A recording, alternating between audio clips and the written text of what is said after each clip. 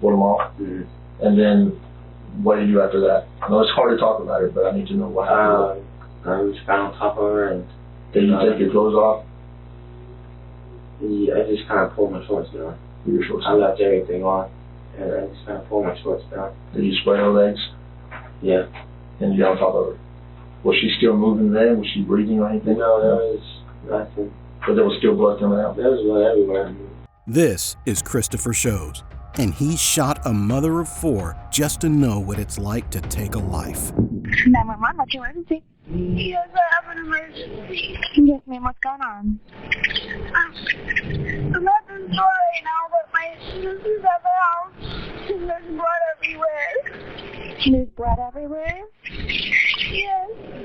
Is that your sister's house? What's your sister's address? I don't remember. It's in Avon Park. Okeechobee, Florida, December 7th, 2021. When Deputy Jolly responded to a 911 call and made his way to the home on Northwest 3rd Street, he was met at the door by Amanda's dog, aggressively guarding the home as if it already knew something was terribly wrong. Once the deputy secured the animal and stepped inside, he found 25-year-old Amanda Suarez lying in a pool of blood in the kitchen. She was a wife, a stay-at-home mom, and the mother of 4 young children. It was Amanda's sister, Jessica Seeger, who had gone to check on her and discovered her body, so shaken that she fled to a nearby convenience store to call 911. The crime scene was brutal, and the details that would later emerge were even more disturbing. Investigators determined that Amanda knew her killer and had willingly let him into her home. Christopher Shows, 21 years old, was dating Amanda's cousin. He was someone she trusted, but at some point during that visit, Shows made sexual advances toward her.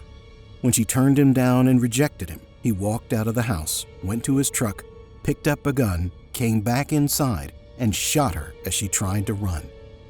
Detectives would later learn that one of Amanda's children, her 2-year-old son, was inside the home when it happened.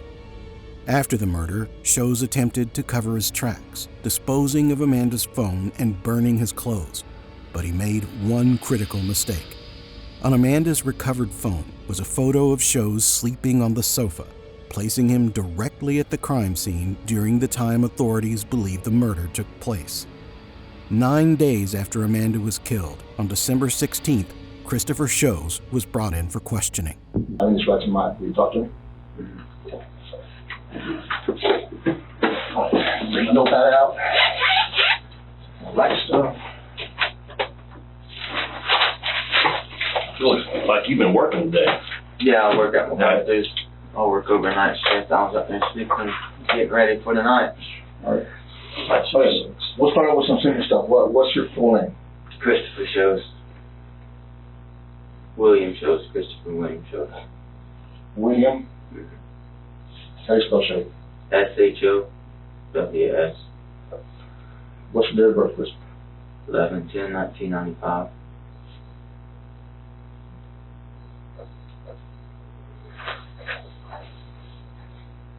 And what's your address? Mom's,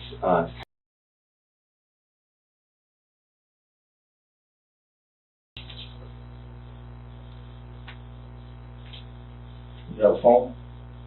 yeah, I don't know my number. You can use my girlfriend's. I don't know my number, 863.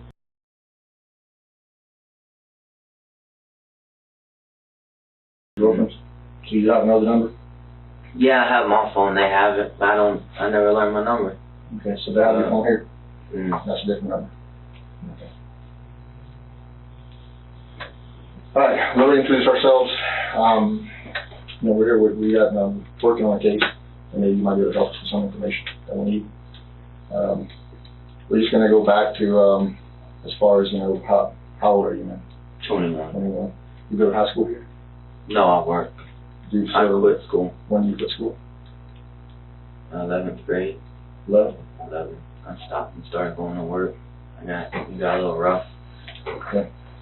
We moved down here, and it was rough down here, and I just kind of quit going to school. Where do you go to school at? I don't go. Where was the last I went to Okeechobee. Oh, you went to Okeechobee High School, so you've been here how long ago? I've been here about 3 years. 3 years? Mississippi. 3 years, okay. So 3 years in Okeechobee from Mississippi. Okay. And the 3 years you've been here, who have you been dating, anybody, or? I was dealing with my fiance. Fiance? It's been 3 years. 3 years? I wasn't here too long when I met her. Okay. And What's we got together. name? She's the one that's in the hospital, and that's who I was up there with. Okay. Is she okay? Hopefully. She might have to have heart surgery. Oh, pretty But serious then. she's probably going to go home today. Hopefully that's why I was up there, and hopefully everything will be okay. Okay. So y'all been together for about 3 years. Mm-hmm. Y'all have any kids together? I'm thinking about it. Okay. Maybe a few years. We're getting ready next year, so maybe. What about, so you're not married yet? Engaged yet? Engaged, yes. How long? Since September. 3 months, maybe. Okay. 3 months. What about your mom, family? You got family here? Yes, I have a mom and my brother and 2 sisters. Okay. And then the rest of the family, aunts, uncles, grandmas live in Belgrade, but I don't really have much with And them. the Buck, huh? Yeah. What's your mom's name? 2 R's?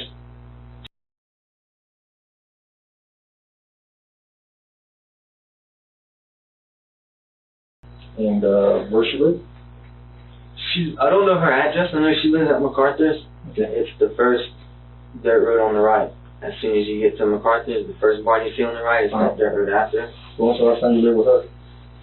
Oh, that was about 3 years ago, I guess. So you haven't lived there since? No. And then you say you have a brother? Mm-hmm. What's your brother's name? Okay. And what else do you have? You have a sister? Yeah, Winston. Smith.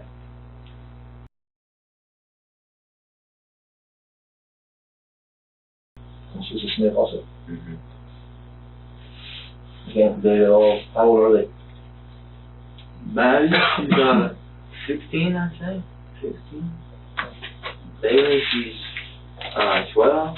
It's hard for me to remember their age. With Joe, I think he's 14. 14. And your mom? How old is your mom? She just turned 36 today. Okay.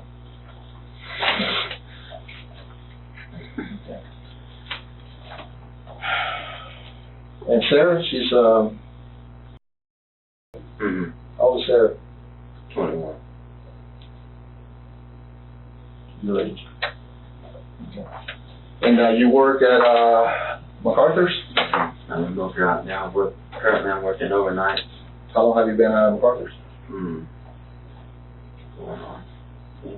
Second week, that's it. It's hard work, huh? Did you do that before, or is this the first time you've done it? Yeah, I worked at Larson 5. Okay. Well, I looked at Larson 5, but it's a lot of hours. They kept messing around with me on my days off and stuff. So you worked Larson 5 for how long? I was there about 8 months. 8 months? 8 or 9 months. I was there for a while. I had a house and everything. And now you're over here at MacArthur's for 2 weeks?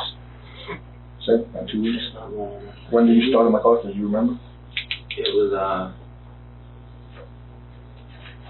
a Tuesday or a Wednesday? It was a Tuesday or Wednesday, I think. Of this week or last week? No, maybe this is my 3rd week. 3rd week? I think, I gotta say, it's probably my 3rd week here. Okay. So you've been in MacArthur's for about 3 weeks? Mm-hmm. You like it there? Yeah, it's alright. I don't plan to stay there too long. Yeah. Check. What's going on with your arms, man? That's chlorine. I ain't had a shower yet. When I melt, that's the chlorine.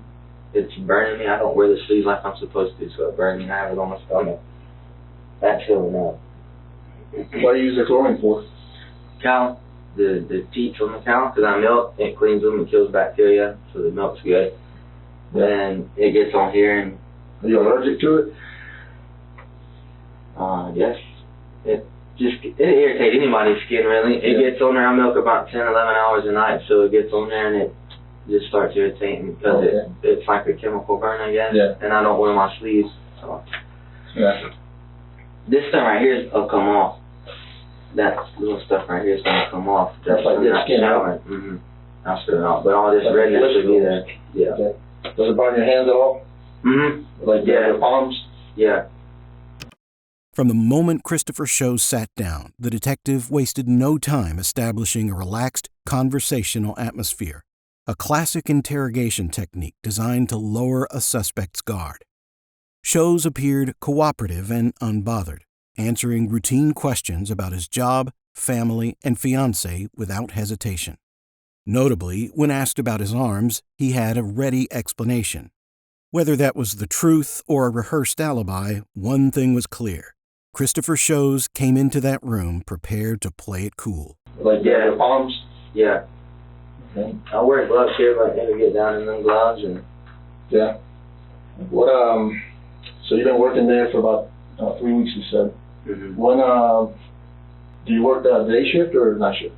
Yes, I switch every month. Every month it goes from night to days. When I started, I was on days for like 2 days. I switched over the nights on that second day because it really needed help. I started on the days and I switched to nights. Okay. How long? I would be switching the days January. Okay. And so now you're on nights. Mm-hmm. And what nights do you work? Monday through Sunday through Thursday. I'm off Friday and Saturday. Okay. And when you get off work, what time do you get off work? 6 in the morning? 6 in the morning. And then you go home, go to sleep? Yeah, I go home. I get off work at 6, go home, shower, eat. If my wife's not home for a fiance, I call her. And I'm out for the day. So you Wake up about Monday? 4:30. I wake up, get ready for the day again. Okay, that's your average. So you go Every day. So you get home at 6, by 7:30 or so you're in bed, right? Yeah. And you Just going up to shower, eat, watch TV, talk to my fiance for a little bit. And you sleep till 4 on average? 4, and then you go back to work at what time? I have to be there at 6:30, but I'm up about 4 just to be up because I've done slept for a little while anyway. So all this week you work nights and the same routine? Same routine. What about last week? Same routine every day? Yeah, it's the same thing every day. It's non-stop. It's always hard work, the same yeah. thing, yeah. So same routine? The only time you get to do anything is when you're off. Yeah. That's what my wife told me. Yeah, it's just... It don't give you no time to get in no damn trouble. Yeah. That's why I'm looking for something. I need something else. So you can go out and get in trouble? No, Oh, okay. a little more free time. 2 days ain't enough, really. I mean, it's 11 or 12 hours every day, and you're never home. Yeah. In the 2 days, you sleep most of it, trying to relax, get rested up. Yeah. But it's the same routine. Yeah. So last week, let's go back to last week. You worked all week, nights. You go home every day by 6 o'clock. Yeah. You're asleep by somewhere about 7:30. Yeah. And you sleep till 4. Mm-hmm. That's every day. Yeah. Now, is there any days of those days that you didn't go home and go to bed immediately? Do you ever go to town? Do you ever go anywhere? No, I don't go nowhere. So last week, every day was your routine to go to bed at the same time? Yeah. Monday, Tuesday, Wednesday, Thursday, and Sunday. Sunday, Monday, Tuesday, Wednesday, Thursday. Same routine. Mm-hmm. You didn't go anywhere? No, I Stay home. stay at home. I stay home. I mowed my dad's grass one morning. But like I said, about 8:30, I quit that and went to bed because if I have to have sleep. I'm the person that has to have a sleep or I'm not happy. And Do you ever try to stay up and just fall asleep? me? Yeah, like today you're tired, you fell asleep at the hospital, right?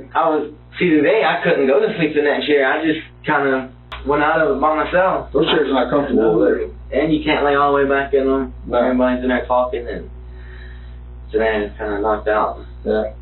But normally, if you don't go to sleep when you're at the dairy, off work in the dairy, you pretty much can't stay up. It's hard for you to stay up, right? Yeah, when I go home, I'm dead tired, and I got my bed, I'm done. I'm finished, I'm going to sleep. I remember when everything happened that day. Nothing weird? My wife told me. Okay. What about I that? woke up, and my wife woke me up. She called me. I was just getting in the shower, getting ready, and she called me, telling me everything that happened. Yeah. I couldn't believe that shit. What did you hear about it? She said that at first they said there was a body. So I knew. And she was saying she's going to kill Jessica. Jess did something to her sister. Does Jess did something to her? And she So she thinks because she heard that Jess was, I guess, in jail. Jessica? Little skinny Jessica was in jail for what? And she said that there was a body, but they didn't know. Yes, and she said, I want to kill Jess. She did something. So I told her I'm sorry, and we kind of left it at that, hung up, and she called me back a little later and said it was her. And I was like, oh, damn. So when did you get the call that it was her? Around, Remember what time? I don't know. It had to be around 5:30, I guess. Do you remember the day? It was, Wednesday when it happened. Wednesday last week. Yeah. Yeah. So that day you worked that night before, Tuesday night all the way to Wednesday morning, Yes. and then you went to bed after you got home. Yeah, so I called my wife, thought her she was going to Disney World. It was her, taken out. Oh, okay, so For her she went to Disney birthday, World. she was going to Disney World. Her parents were taking her out. I didn't make it because I just got this job. I lost my other job. I was drinking at my other job, and I wrecked and went in the larceny to kind of destroy property. With the They truck, showed or your truck or their truck? With my car, Your my car. Mustang. So your Mustang's done. Yeah, it's total. What have you been driving? I've been driving my dad's truck or my wife, my mom. Who's your dad? Oh, it's my girlfriend's dad. Oh, so you call him dad. Yeah, So been in Harold? the family 2 years. Harold? Been in the family 2 years. I call him that, or I've been taking my wife's car. So you've been driving his truck and your car. I saw the car, but it had like weeds and stuff on it. Did you run into a ditch? Where, the Mustang? Yeah. The red Mustang? It's over Yeah, that's what I was saying. I was drinking tequila and I wrecked off and hit a pole and totaled that car out. Oh, you were working? No, Were you on I work? finished. No. Oh, you got off work. I was working the day shift at Larson's. I went over there and drank and Yeah. stupid started driving. And I went to the barn and broke all the wall lines. Oh. And they fired me. Oh, They chose okay. not to call the cops, but they said Yeah. I couldn't go. You broke their property, so they're pretty Yeah. upset. So you usually drive, now you're driving your girlfriend's dad's truck, Howard's truck. Yeah, well now that she's back up, take her car. How long have you been, since you've been back up? Well, 2-3 days now. No, before that you drove his truck. Mm-hmm. Do you usually ask him to drive his truck, or he lets you drive it wherever you want? No. I ask my his truck anymore. You don't like that. I'll just drive it to work in that sense. Okay. When was the last time? Obviously you were off this past weekend, Friday and Saturday, correct? Mm-hmm. Did you go anywhere in his truck Friday and Saturday? No. So you stay home the whole time? See, Friday and Saturday they were back. So I was with them, I guess. Okay. So Friday and Saturday you didn't drive the truck. When was the last time you drove the truck?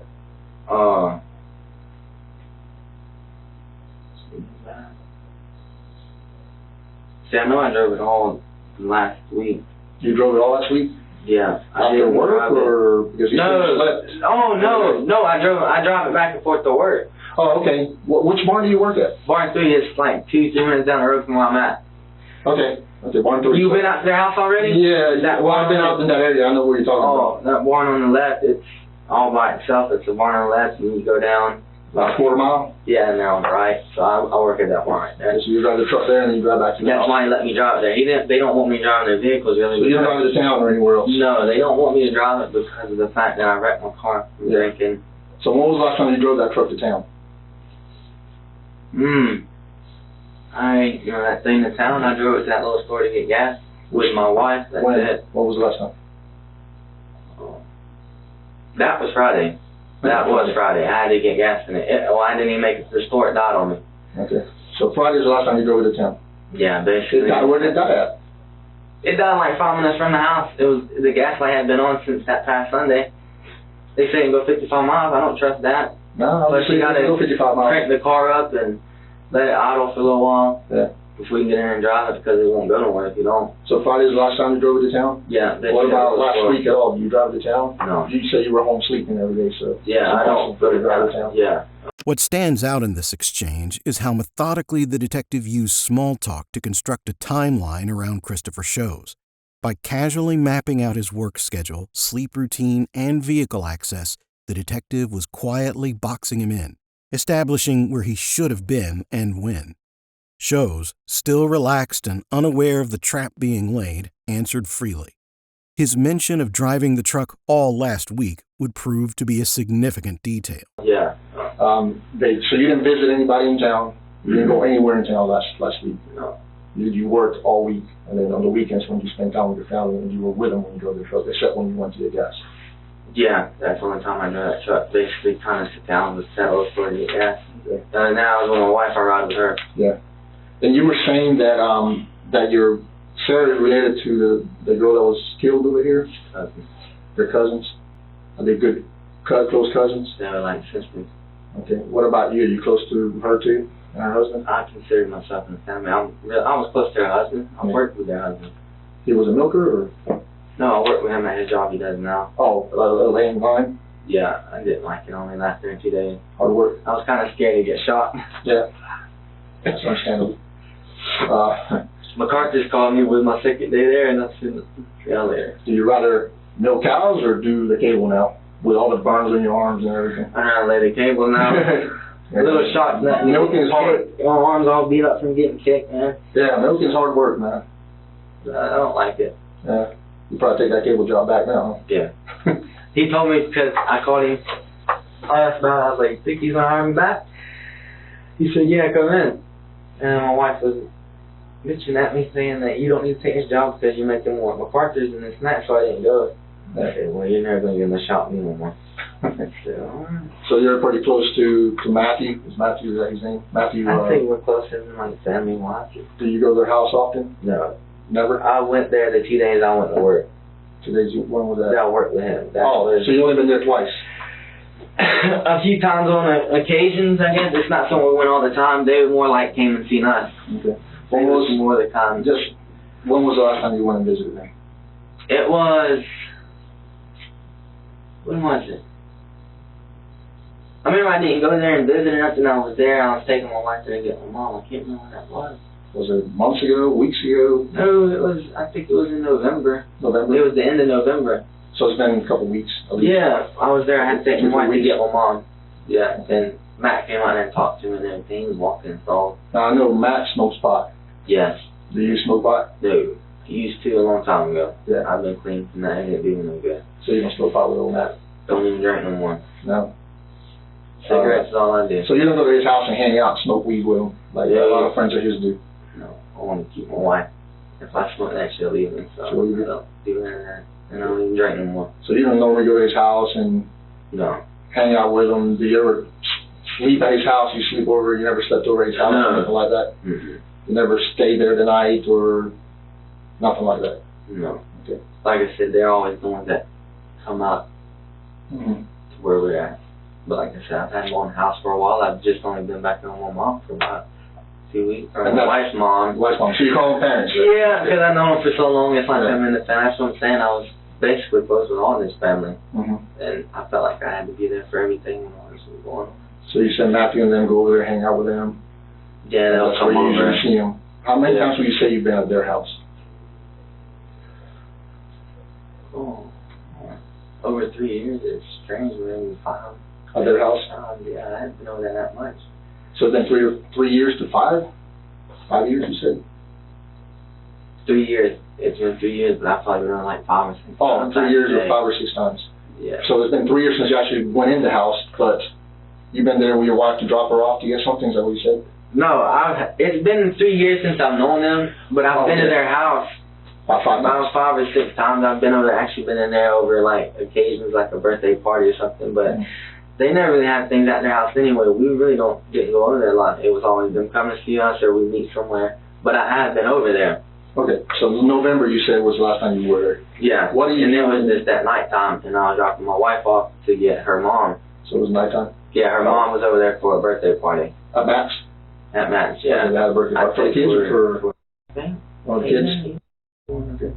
And you, it was a night that you stayed there at all? Did you fall asleep in the house? Did you go to bed? No, I So you never stayed at their house at night? No. You never slept in their house or anything like that?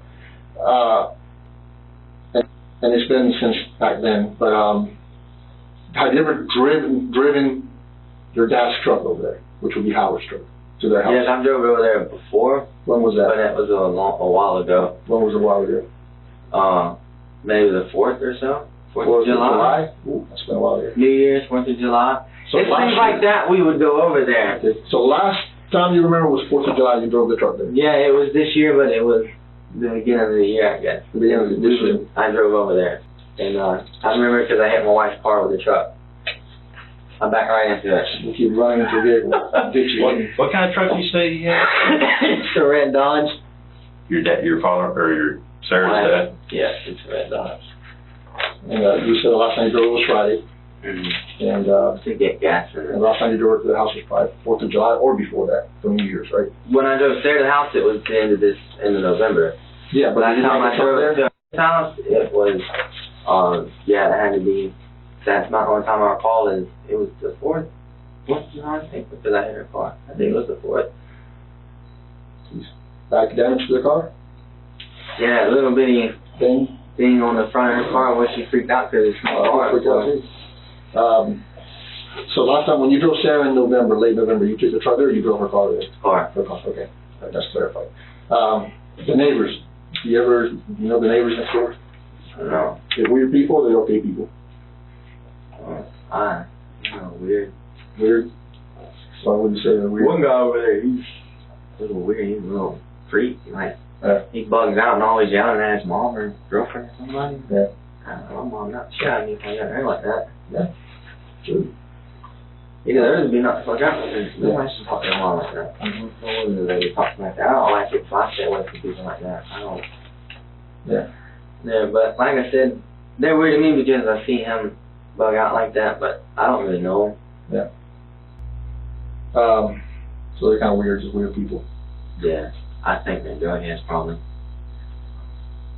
Is there anything you see that makes you think they're drug heads?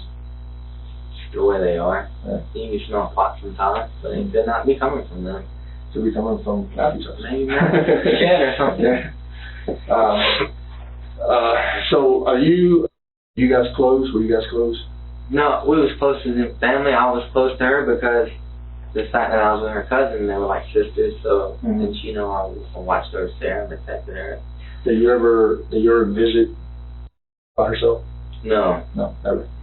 Here, the detective's questioning sharpens noticeably, steering the conversation towards Sho's history with the victim's home and his access to vehicles. Shows began tripping over his own timeline, first saying he hadn't driven the truck to their house since the 4th of July, then correcting himself to November. The detective caught every inconsistency without tipping his hand. Most telling was the final question, whether Shows ever visited Amanda alone. A subtle yet deliberate pivot that signaled the interrogation was no longer just friendly conversation. By herself? No. No, never. When Matt goes to work, you know what time he goes to work?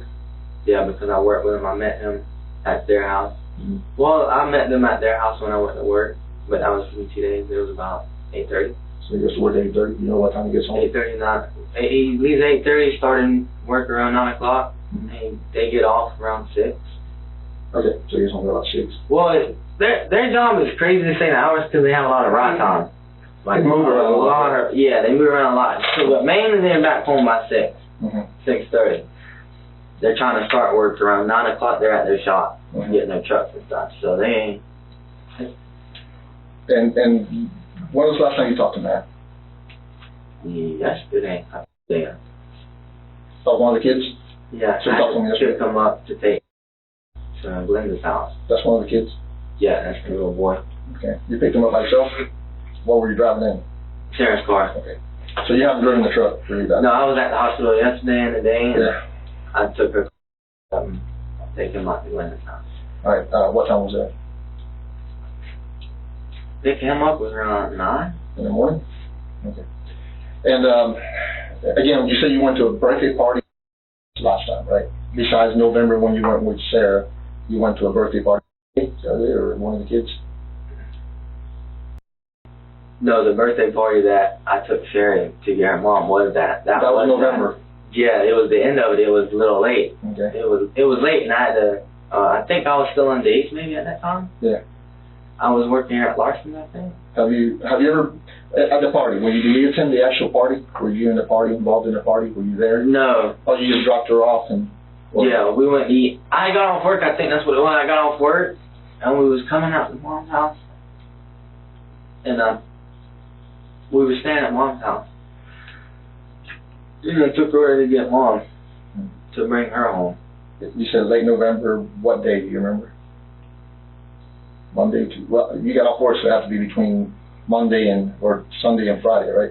No, I don't think I was working at that time. Oh, okay. So you weren't there. I was at Larson. What were your hours at Larson? Oh, those were some long hours. I was up about 4 in the morning, and that was 5 to 5. 12 hours. 5 in the morning, 5 in the night. afternoon. So this is one of your days off. What days were you off? At Larson, I think it was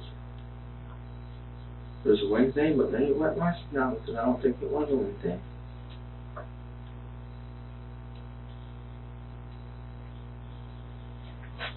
I can't remember, man. I know I took her over there. I just can't remember what day, and I don't know. It was during the day. It was nighttime. It was late. nighttime. That's right. It Nighttime. was late. The party had already happened. What was it? Night to get together? I can't remember why I took her over there. Maybe it wasn't the birthday party. Maybe I swore it was a birthday party. That's why. No, that's what it was. Been having problems.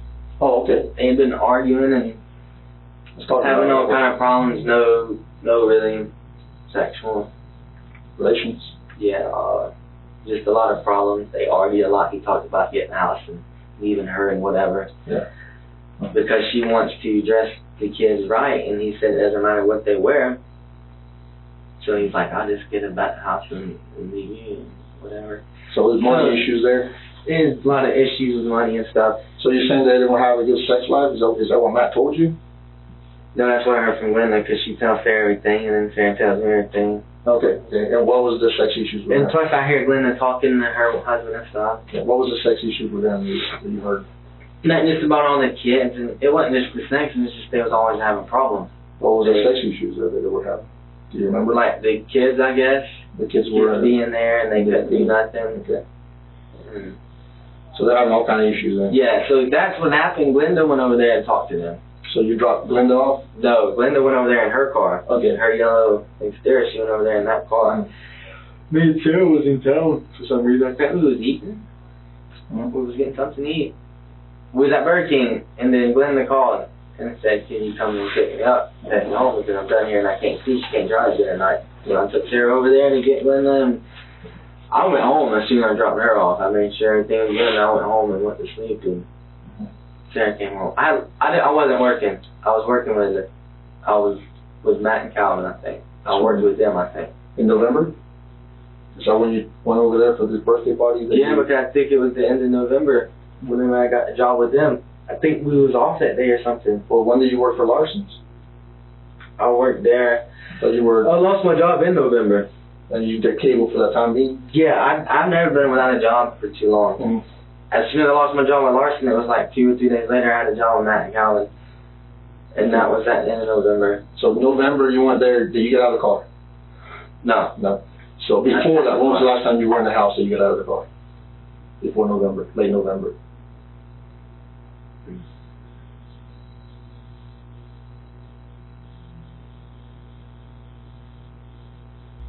It's when we gave them our couches.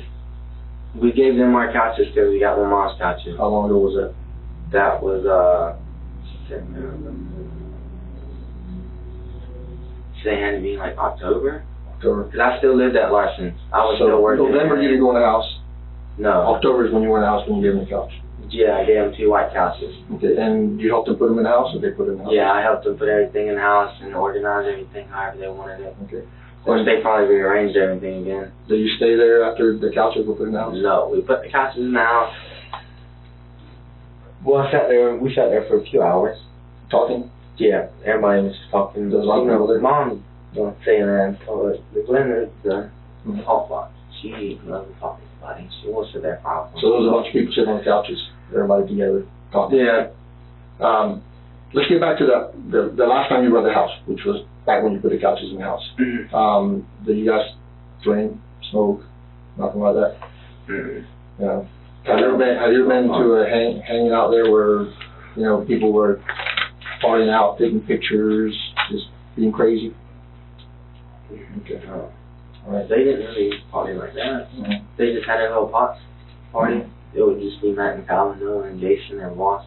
You know, just so no nothing as far as craziness and fights and getting on and anything like that, pictures and stuff being taken of people in the house, anything like that? No, nothing. Alright.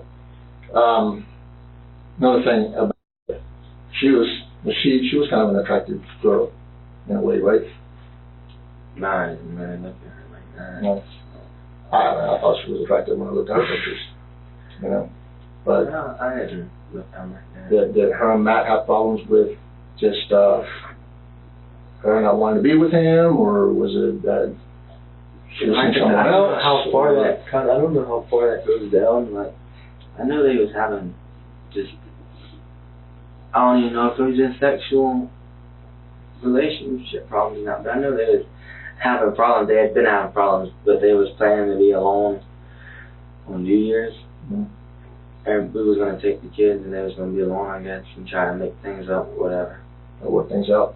Yeah, and I think they were alone a few days after they had that talk. I think we got the kids and stuff, but Linda said she don't know why the fuck we got the kids if they didn't do nothing.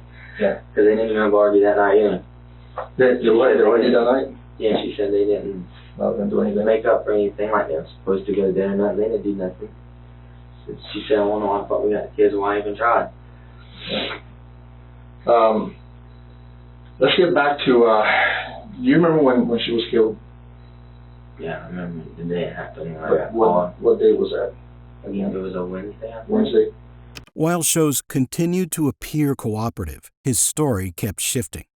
The last time he was in the house moved from November to October to when he helped bring the couches. Each revision was small, but collectively they painted a picture of someone quietly rewriting their timeline. Most significant was the detective's deliberate pivot towards Amanda's appearance and her troubled marriage. Not idle conversation, but a calculated probe designed to surface any hidden fixation or motive. By the end, Shows had unknowingly handed the detective exactly what he needed: confirmation that he knew Amanda's schedule, her husband's work hours, and the intimate details of their failing relationship. What day was that?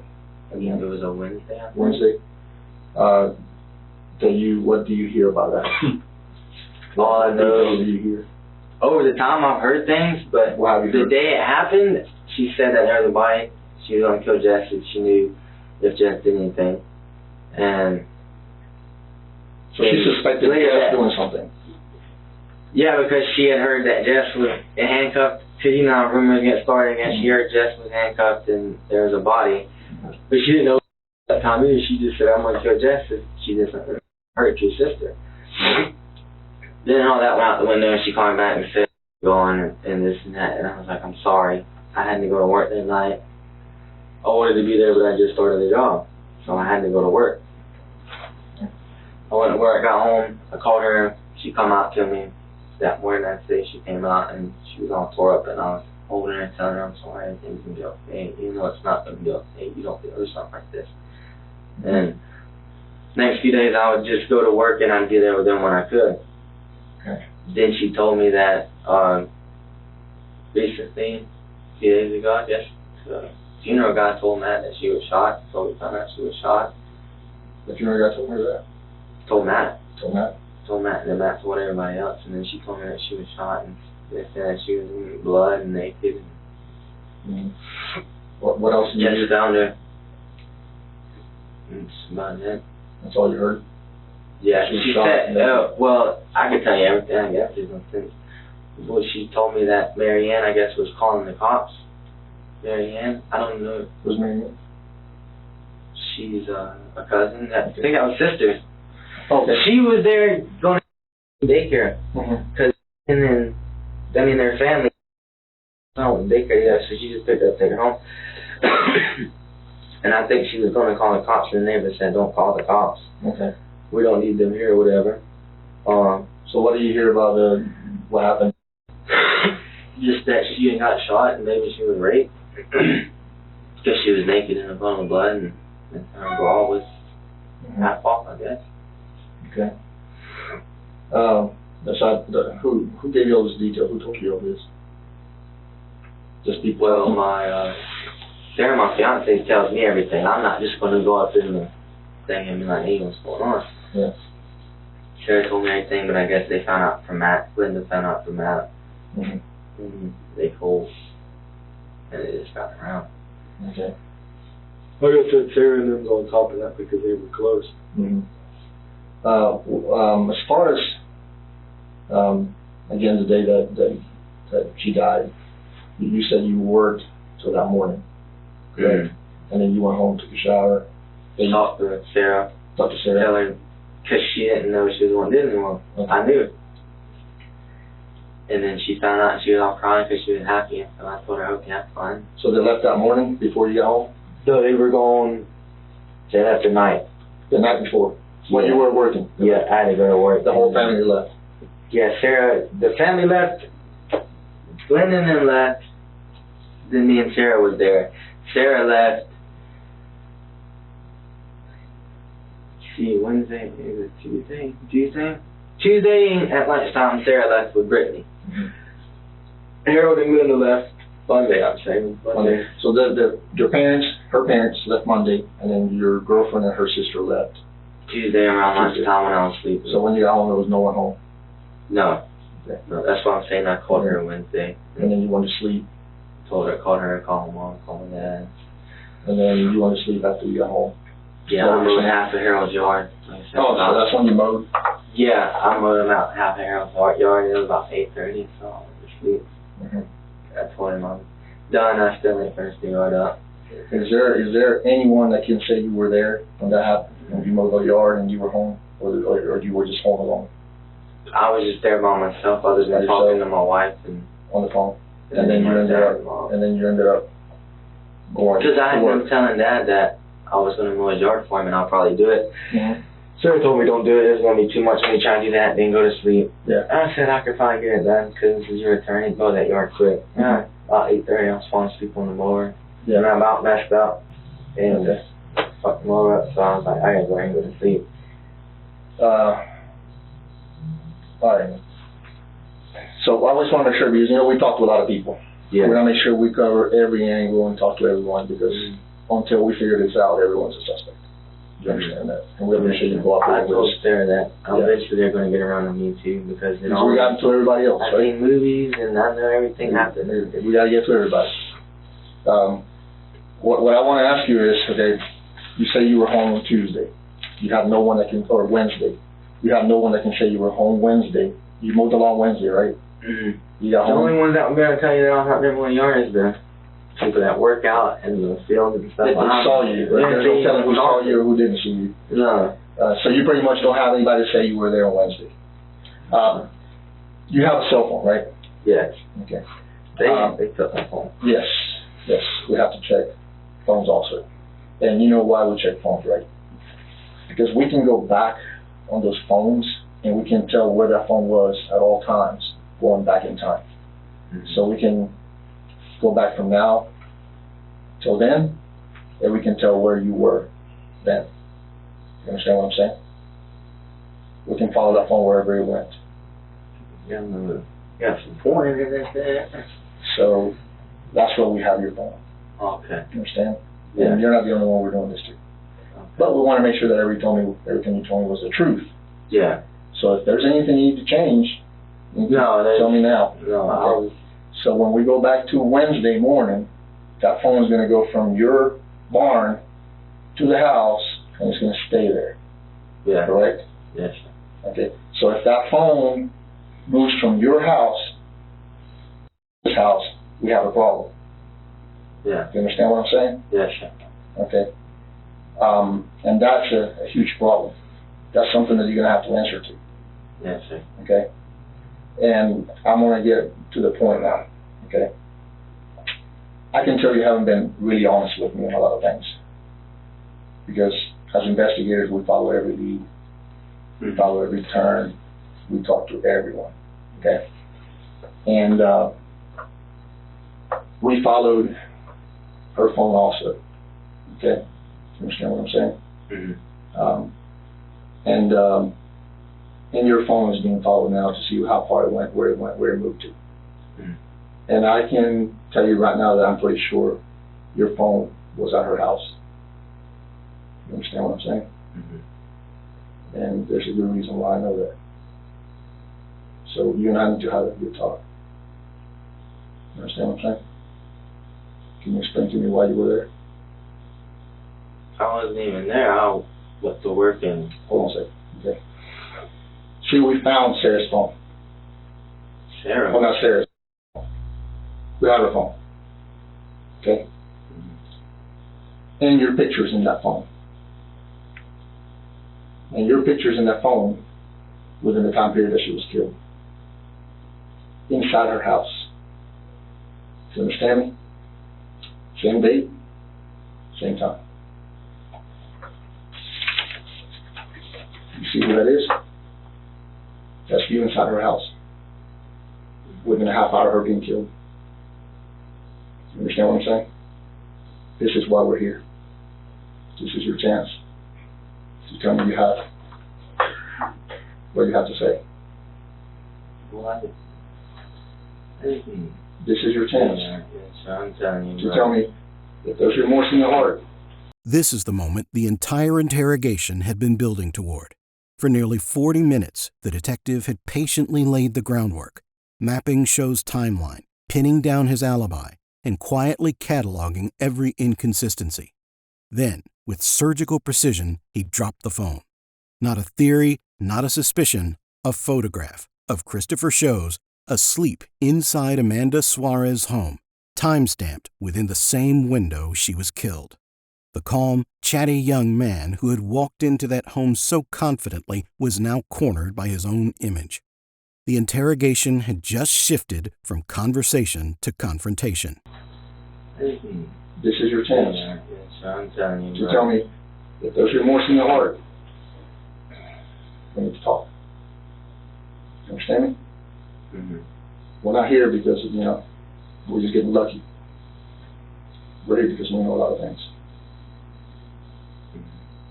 This is your one chance, Maya. Why were you there? I'm not glad to see Matt. Okay, I haven't. She was there, she opened, I didn't kill her, Okay, but I just, tell me what happened. she opened the window and said, hey, what's up? Okay. I said, like I said, that was the morning that the neighbors were being crazy and all yelling and stuff. She opened the window, she said, hey, what's up? Could have talked to Matt.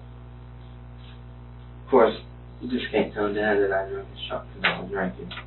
I had drank a beer or two. And I went in and we was talking and whatever. I fell asleep on the couch. And I woke up and said, alright, well, Matt's not here, so I'm just gonna go. So I was there for a little bit, not too long. I guess I fell asleep on the couch and I woke up and said, I'm going there because I was drinking. I needed to get home before I wrecked or something. And I went home and I went to sleep. Then when all this happened, I was scared in a way. I was just scared because I didn't want to think that no one had done this shit. I didn't want to open my mouth and tell anybody I went there with the truck. The problem is that the neighbor saw you there. You understand? Yes. They saw what you were wearing. Okay? You were wearing slides that day. Yes. The slides are the footprints we found in the house in the blood. Understand what I'm saying? Mm-hmm. That's why I know you're lying to me. Where are those slides right now? My dad's house. They're in the house. My dad's. My ex, Ronnie Smith, not Suarez. So they're at your dad's house, Ronnie Smith. He lives over there also? Mm-hmm. No, he lives in, over there by Pogies. At Pogies? That restaurant? I don't know his address. I know he lives in the apartments behind Pogies. Okay. Where that ice machine's at, he lives right there. See, we know what happened. We know you walked all over the house. Correct? You walked in her blood, and you left footprints. We have your shoe size. We know what kind of size you were wearing. Neighbor saw you. So, as of right now, I want to know exactly what happened. Tell me what happened.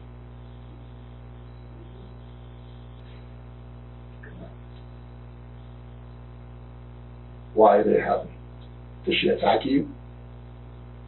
Did she threaten you? Did she pull a knife on you? Did she scare you? What happened?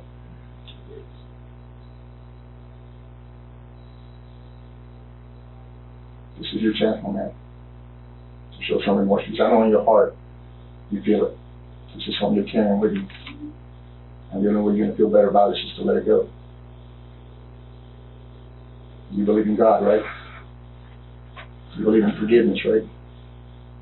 That's kind of. Tell me what happened. I didn't. You did it. What happened?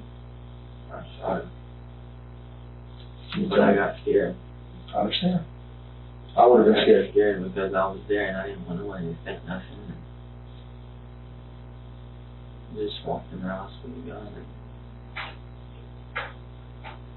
the rest is kind of foggy. I don't remember. I just kind of blacked out, I guess. And I remember being home and that's it. I understand. So a lot happened. A lot I'm happened. not myself sometimes. It's not the only time it should happen. Just a lot happened. I understand. You know, sometimes we make mistakes. It's something like that. I just lost everything I got. I lost my whole fucking life. We make mistakes, you know, and it makes you a man to face it. I wanted to turn myself in. I just didn't know how to do it without getting away from everybody. I wanted to come, because I hear these things that they'll really put you away if you try to hide or whatever. Well, it's more helpful if I didn't want if you come forward and you I just and you didn't show know how I remorse. should face my wife and see her heart after I was there and carried her fucking casket. Yes, sir. I understand. I saw you I there. just didn't want to see her heart break like that after I know I hurt her, because I never said I hurt her in any way like that. I just didn't know how to get here to turn myself in without letting everybody know what I'm doing, because now here's my safest place. Because they're going to want to kill me. Well, I know you were carrying that burden in your heart. They're not going to want to, there ain't going to be no talking from now on. This is the safest place I can be. No one's going to hurt you. Right? Understand? That's it. Now, I had a 22 to 22s and I was drinking, I was fucking drunk. Can't say I just had one beer. I drank about that much that day. where's the 22? It's in the heroin gun cabinet. Okay, so you got it out of hand, gun cabinet. Okay, And I was playing around outside shooting the gun and stuff. that's the showcases we found in his driveway. Yes, it was a 22 rifle. It was mine that I bought Where do you buy that? off of a buddy. I don't even know if it's a good gun or not. I just know I bought it because I wanted it. Mm-hmm. I had it a long time before. And since everything's out now, I always had thoughts of killing and what it would be like. Would it make me feel any better because of everything that happened to me? And would it make anything any better if I killed someone? Would it make my anger go away? Or it didn't do nothing to me. Did it change you? Do you feel better? So I feel fucking horrible. I wanted to turn myself in. I can't sleep, man. I can't really eat. Mm-hmm. It's a big burden you were carrying. So this is thoughts that you had before that you want to see how it felt to kill someone? Yeah, like, is it like the movies or not? It's like, there's so much that goes on in my head, I can't even think straight sometimes. Mm-hmm. And when that stuff happened, I can't remember. I remember going in there, being scared, and she was running to the back door, and I shot her, and I drug her in the kitchen, and the rest is just foggy. Okay. Because I guess the jacket hit me or something, and I don't remember nothing. I remember being so scared, and I couldn't find the truck keys. There's blood on Harold's truck. Harold didn't have nothing to do with this, I promise. Okay. He was not there. He had nothing to do with it. But there was blood in his truck, and I tried to clean the blood up because it was all over me. Mm-hmm. And I hope they just don't find her in their truck. I don't want them to go through seeing that. Mm-hmm. And then lost everything over this. Yeah. I just get so fucking confused. And I don't feel like I'm right sometimes. Mm-hmm. Which I'm not until I kill somebody.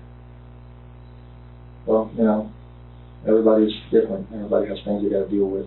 And I'm not a violent person. I don't know what happened. Nobody ever said that. No. I never thought you were a violent person. I knew it was over when they arrested me because they didn't do nobody else like that in the family. Yeah. They didn't just go in and grab nobody and arrest them. I knew I was done.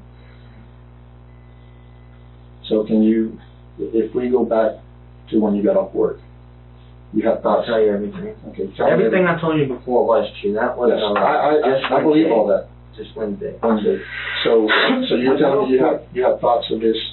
No, never had Killing thoughts someone. of killing. Not her. Not her. Yes. I But you told have thoughts of Sarah killing about someone this. before. Sarah told me I needed help. Yeah. Because I'd be just talking like this right here. Mm-hmm. And it's like I would lock up and just thoughts of killing would come in my head. Or Mm-hmm. for strangling somebody because I'm just always so angry. Not at nobody in particular angry, it's just Internal anger. yeah, family got split up, we moved here, I lived in Mississippi all my life, and there's so much stuff going on, and I don't feel like I just feel horrible because I never had a job, but I've had so many jobs, and I feel like I'm not a good man for Sarah. I can't provide or nothing. I had a house, I lost the house to drinking, I can't put drinking down, drinking is a problem for me. What unfolded in these final minutes was nothing short of complete collapse. The moment the detective showed Shows the photograph, the carefully constructed wall of denial crumbled in real time. His confession wasn't dramatic, it was almost pitiful. He spoke of blackouts, of curiosity about killing, of internal rage he couldn't explain. Most chilling was his admission that this wasn't personal.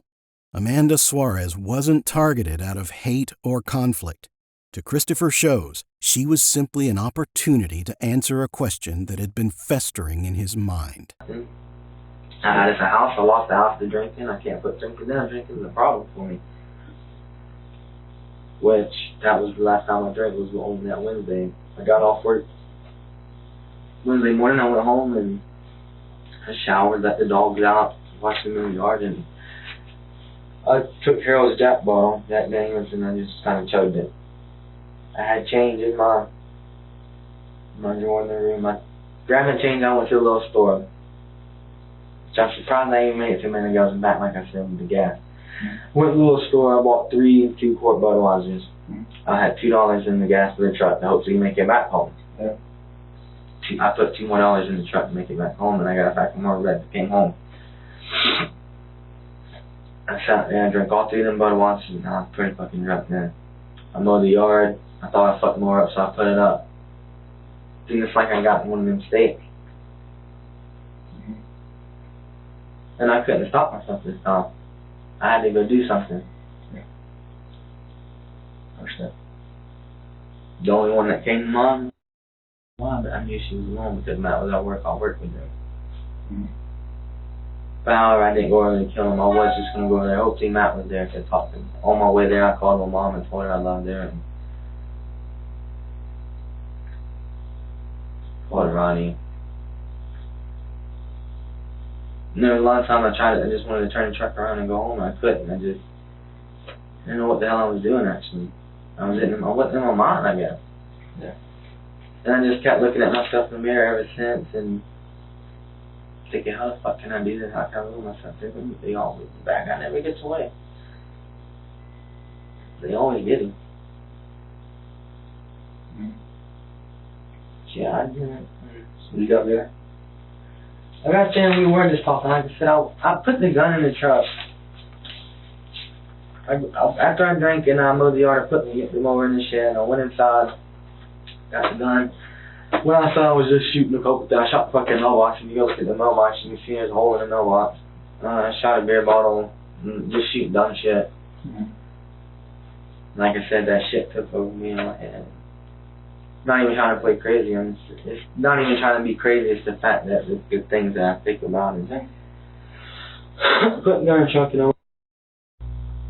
I didn't intend to hurt no one. And we were sitting there talking. I fell asleep on the couch. You know, like I was sitting, I was asleep because I was drunk. And I woke up.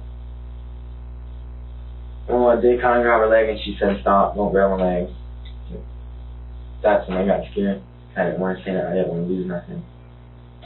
But instead of a simple argument with my wife, I lost everything now.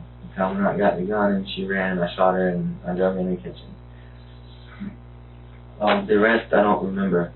When you drug her in the kitchen, we see there was, you moved her around in the hallway, correct? You have to move her. You had to close the door. So the door was open, she tried to run out the door? Yes, that's when the neighbors said they heard her scream because she screamed out the door, help, that's when I shot her. Okay, so did she fall out the door? Kinda. And I grabbed her and yanked her back in. You closed the door. And then did you move her? See, I remember after that, I remember dragging her and through the hallway, and then I don't remember. How did you drag her? Like, Out of shirt? yeah, like, no shirt and this kind of. Okay. And then you placed her in the, Where I sat the gun. where do you put her at when you dragged her? Just in the kitchen. Okay. kitchen. Okay, and then the gun you put where? I sat over there and the blood had ran all over on the bottom of the gun. And the gun probably got blood on the bottom of it. I tried to clean it, but I don't think it got it.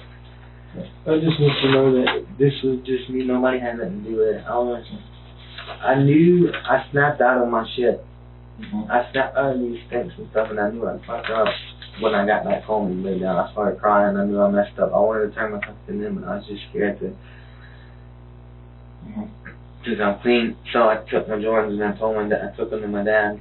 The Jordans? Took them to my dad's and I told him to leave them there. I've been trying to avoid getting them back. So everything kind of slowed down, but I knew it wasn't ever going to calm down. Yeah, they were going to get me eventually. What about your clothes? Where's your clothes at? I burned them. You burned? Where you burn them at? At Harold's house in that fire thing. I burned them, my underwear, I burned my socks. Okay. And I just threw them in there, poured gas on them and burned them, and then that's why I just took them to my dad's house. I had them at the house for a little while. Yeah. Then that Friday, like I said, I was off that Friday, and I just took them to his house. Did you, when you took them to his house, did you clean them at all? Yeah, I put bleach and stuff on them, trying to clean them. Not at his house. Yeah. So, okay, so there you cleaned them, and they're at your dad's house. Let's talk about her phone. What happened with her phone? I took it. Okay. What's the reason? I remember, that's about the only thing I remember after dragging it was grabbing her phone, because I grabbed the gun and I seen the phone on the floor and it was covered in blood. No, I went around in the back to make sure there wasn't nothing around back. I was making sure there was no one looking at it, but apparently nobody was seeing me. Then her phone was sitting on the back porch, the back step, with blood all over it. I picked it up and I got in the truck. I think that's where all the blood came from that got in the truck, I guess. Because I had blood on my hands. Was going down the road and I guess I got a little past Circle K, heading back out to McCarthy's, and I just chunked out the window there. Okay. So which way did you, when you left Amanda's, which way did you go? Well, you come out of the yard, you take a right, at the main section, you take a right, and I took another right. I come out by where all the trailers are at and stuff. Yeah, the trailers they sell? Yeah. Okay. By the Taylor Rifles or by the other side, by Lean's Auto?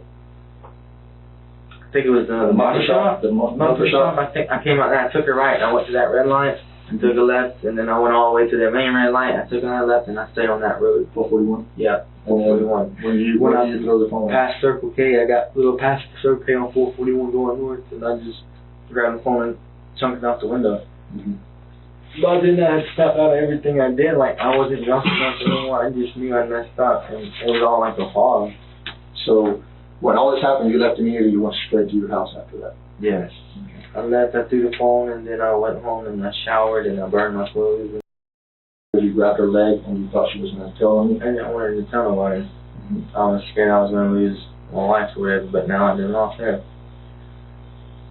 So that's what scared you. You kind of made her move on her and she rejected you and you thought she was probably going to tell you. Correct? I'm not. Yeah. This is what happened. Okay. It's like I just kind of blacked out, I guess. Let me ask you something. Why were her clothes off of her? See, I don't remember that part. That's what I'm saying. I don't remember nothing other than We've gone this far, so yeah. There's no, don't change things now. I need to know why her clothes came off. That's what I'm saying. I remember just, yes, I did things. So you did things to her? Okay. So when you say you did things, do you have to with her? Okay. Were you wearing a condom? Okay. Do you inside of it? When you were done, why was her body placed the way it was? I didn't look at how she was placed at all. I just kind of got up and left and ran out. I didn't know what the fuck I was doing. I mean, I can't. I'm done lying. Like I said, everything that's out is out now. And I don't know why the hell I did what I did. It didn't make no sense to me at all. Why the fuck I was doing what I did? I couldn't stop. And so. Well, I understand. I mean, you have no control of what was going on. There was all this trouble. I wouldn't dare hurt that baby. I don't understand. I was on this rampage and just rant and shit. And I get that way even without alcohol. But alcohol makes it really worse. Yes. What emerged in this final stretch was the most chilling part of the entire interrogation, not because of what the detective uncovered, but because of how willingly Christopher Shows filled in the details himself. Once the dam broke, there was no pulling him back. He walked the detective through every step: the Jack Daniels, the beer, the gun, the drive he couldn't stop himself from making. He even called his mother on the way there, as if some part of him already knew there was no coming back. His account of what happened inside that house was fractured and contradictory, conveniently foggy in the moments that implicated him most deeply. He claimed he blacked out, that things just happened, that he couldn't stop himself. Yet he remembered enough to drag Amanda's body, grab her phone, map his exit route, throw the phone out of the window on Highway 441, burn his clothes, and hide his shoes at his father's house. That is not behavior of someone who blacked out. That is the behavior of someone who knew exactly what he had done. Most haunting of all was his explanation for why he chose Amanda. Not anger, not conflict, not history between them. He knew Matt was at work. He knew she was all alone.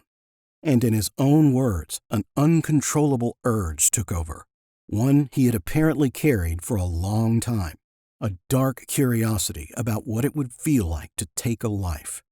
Amanda Suarez, a 25-year-old mother of 4, simply had the misfortune of being home that Wednesday morning. And just rant and shit. And I get that way even without alcohol.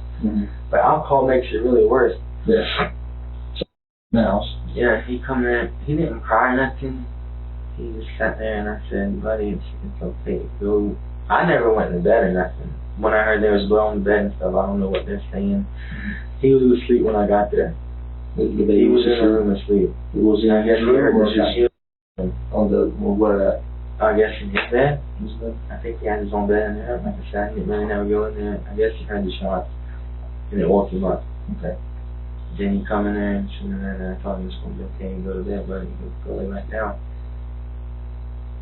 Like nobody's going to hurt you. And he went in there and got on that bed. And I think maybe that's how blood got on the bed or something. He walked through him and his blood and got on the bed with it.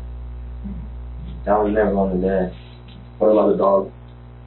She didn't mess with me. She never really had a problem with me. She never really liked nobody, but she didn't have a problem with me. She barked at me a little bit, but then I told her to calm down, and she didn't mess with me. When you first got there, Amanda told her to calm down, and she calmed down. Okay. So let's go back to when you got there in the truck. So do you drive the truck there? Yes. You drove Harold's truck. Before they even got there. Where do you park the truck? Just in the driveway. The driveway. Straight Normal. to the driveway. And then what happened when you got out of the truck? I got in the truck and I went around and knocked on the door. Which door? Front. The front door. Yeah, that one unit right there. I knocked on the front and she answered, open the window. First time I saw this right here, I was really, like I said, I was hoping Matt was going to be there to make me just fucking think and not do this shit. I couldn't stop myself from going over there. Yeah. He wasn't there. Then I kind of had quit myself, and then something made me just reach and grab her leg, and then I got scared because she said stop, and what are you doing or whatever, so I didn't, I got scared, then the rest, it's history from there. I got the gun and I shot her. Okay. The shell casing that came out of the gun, do you know where that's at? It was still in the gun when I got to Harold's house. Okay. So stuff because I pulled it out to make sure there wasn't no bullets in there, and then it flew out and I grabbed it, and I don't remember if I threw it in the yard or I left it there, because I picked a few, like I said, I shot a lot of 22 casings off that day. I was being stupid. So you know that one I think I threw it in the trash can. The trash? Is the trash still out? But it'd be long gone by now probably. I mean, it's there, but that's a little less shell looking at garbage, but I can't remember if I threw it in the garbage or just threw it out the yard. So it might be in the garbage can in the house? It could be, no, in outside garbage. Oh, it's like the garbage cans outside. So it could be out there in one of those garbage cans? It's out there somewhere. Okay. And you said the gun had on it and you tried to clean it off. How do you try to on the bottom with Lysol wipe. And you put it back in the cabinet? Yeah. It's the middle gun. The only 23 rifle in there. It's bolt action? Yeah, you load the shells into the top, and then other than that, you can just pound. Is it wood grain, or is it black, like plastic? It's wood. The stock and stuff's like wood. What color wood? Dark wood? Brown. Brown wood. Dark brown, I guess. It's normally looking at that. Harold would know what kind it is. Do you buy it first and you give it to Harold, or you just put it in the It was cabinet? just in the cabinet. They keep it away from me, but I found the keys. If I'd have never known where the keys at, knows what happened. So they kept it away from you, why? No, they just kept it away because they knew I would be drinking and I would get crazy because I'd talk about killing myself. I almost killed myself 2 times already, and Sarah wasn't there. It happened. Tell you the truth, that's what happened the night I was drinking at Larson. I wanted to kill myself, so I just spread the Mustang back to go and hit the pole. Okay. It didn't do nothing to me. So that's why you wrecked the car, you wanted to take yourself out. How long have you been having those thoughts? Long time? It's been going on for a long time. Good. It's like I can control myself, but then I can't. Okay. Have you ever hurt anyone else in the past? Just people that mess with me, like fighting or whatever. Your hands? But you never killed anyone else? Not yet. That's why I don't like to be messing, because I'm real little, but my temper and stuff's so bad that I go a little, just get crazy, and I don't know when to stop. I went to jail for a battery. You probably seen that on my record. I went to jail with that battery, but the boy hit my little brother, and he's only 16. I grabbed him up, and basically on top of him, I would have killed him. Brittany didn't pull me off. I just kept beating his face in. Okay. Okay. As far as your dad, you know what apartment number he lives in? No, I know it's the second set of apartments. The second building? Yeah, and you go in on the left, and it's there. On the bottom floor or top The floor? very bottom floor, the very last door. Very last door? Yeah, it's the second building. Second building. Second building. The parking lot is, you gotta go past the building, then you turn into the parking lot, and then you go to the last door, that's where he lives. And that's where your slides are at? Yes, he has in Is there. it Ronald Smith? Yes. Can I ask you a question? Yes, sir. Yes, sir. What, Sure. I know, telling on with the lifetime. Oh, we don't mind. Yeah, it's, What's the most I can get for this? If you look on the history on my phone, I was looking up first degree murder and what is second degree, what is the premeditated thing, and I guess premeditated is you thought about doing it. Maybe that is the case, but I didn't have the intention to do it, it was just thought, and it didn't do the whole thing. yeah. But they said death penalty in life, and Well, I mean, it's a crime. Obviously, we all know that, you know. I really can't tell you, it all depends on your attorney and what the jury decides and what the judge decides. So I really can't tell you how that's going to work out. You will be charged with murder, obviously, right? Because you know that already. what kind is it? I can't tell you yet because I have to talk to everybody and talk to the attorney. And I don't want nobody to because I put the baby in danger because of what I did, but I didn't intentionally. And I have no doubt you don't want to hurt that baby. I know you didn't, because that's not who you are. You weren't going to hurt that baby. And, you know, what happened, you know, it happened. There's nothing you can do about it And I now. just had so much. But it doesn't make you a bad person. You gotta understand that, okay? Everyone makes mistakes. We all do. Some make bigger ones than others, but it's a mistake. And that's where we're at. You see what I'm saying? And I'm sure, you talking to me, you already feel I better. feel better, but I just, if it's possible, I don't want to see none of Family. Harold or, if my mom, I would rather y'all tell my mom, just please, tell her what I did. And, Did you tell anybody what happened? look, I called my mom, this is what I'm saying, I was in the haze, and I called my mom on my way, and I was really hoping that Matt was going to be there, and it would have made me Did you tell her you were going? No, I told her I called her and told her I loved her because I thought I knew I was probably going to do something stupid maybe. But is there Yeah, I anybody told her else you I could fight it in and talk to about this? No, What happened?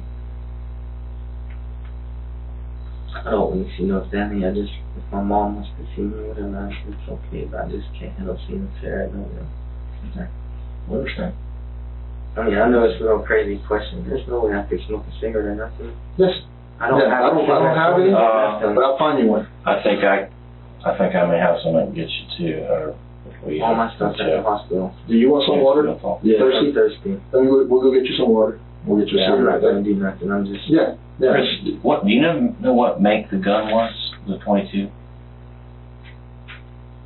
Magnum had said like maybe a savage or something. Is that what you mean by that? Yeah. Well, Like a marlin or a savage yeah. or something? I don't. Maybe a marlin or something. And you described a tube.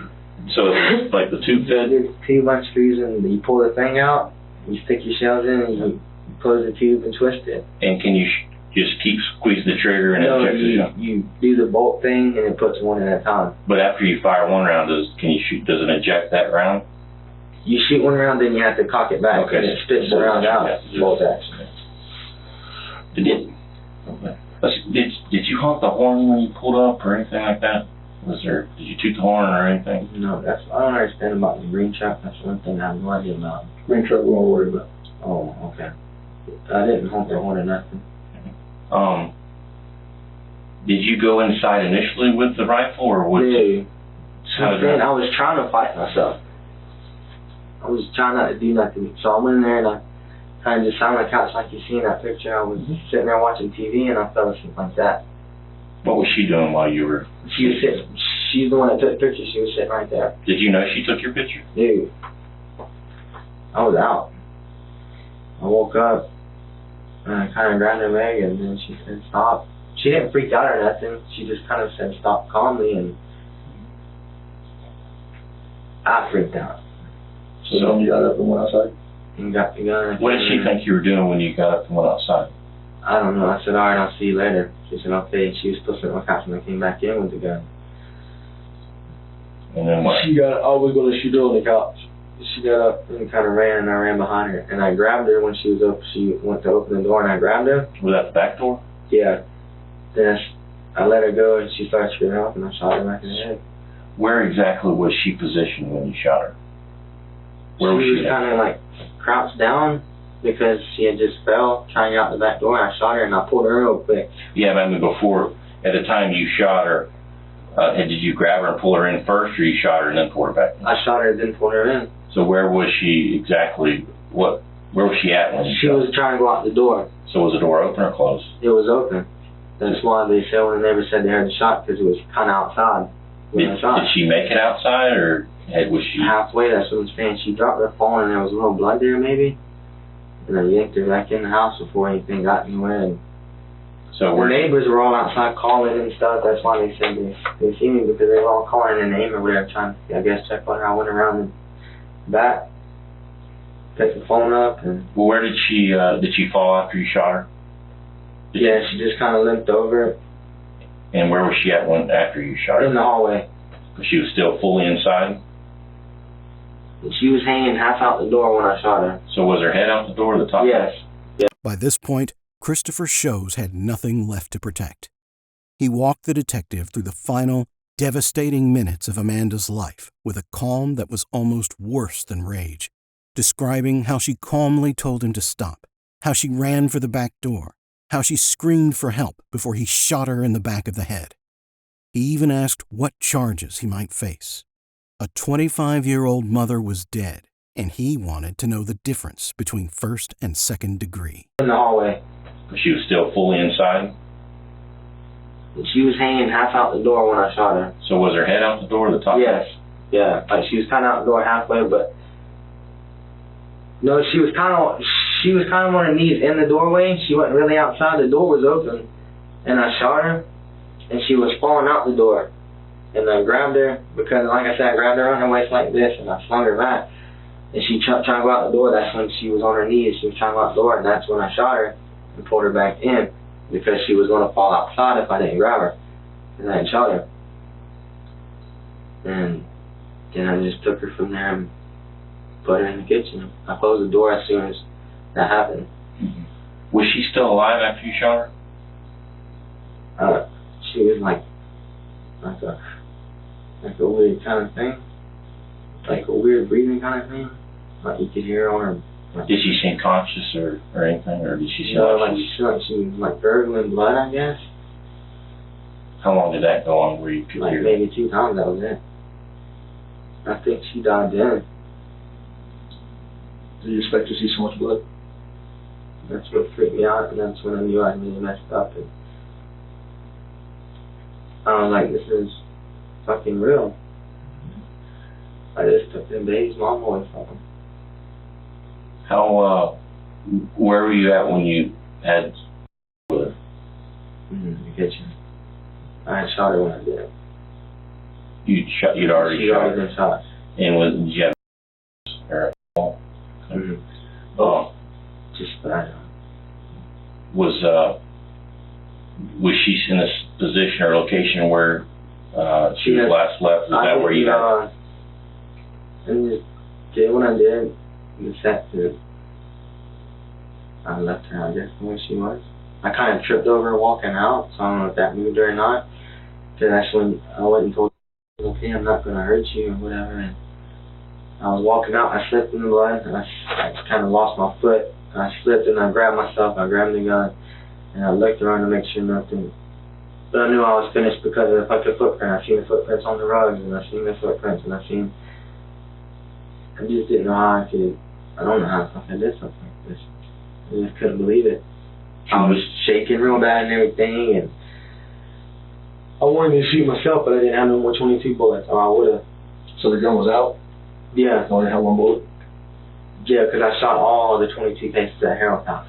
I used all his bullets. Were the bullets already in the gun, or did you get a box of rounds from somewhere? I found them in Harold's drawer because he bought them for his 22 that he has.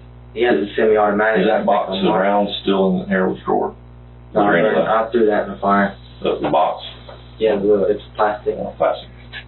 So you said you shot all the bullets, but you saved one? Yo, I had some in my pocket. I had like 3 or 4 in my pocket. Mm-hmm. And when I shot him in, I took the other ones and threw them. Where? In their yard.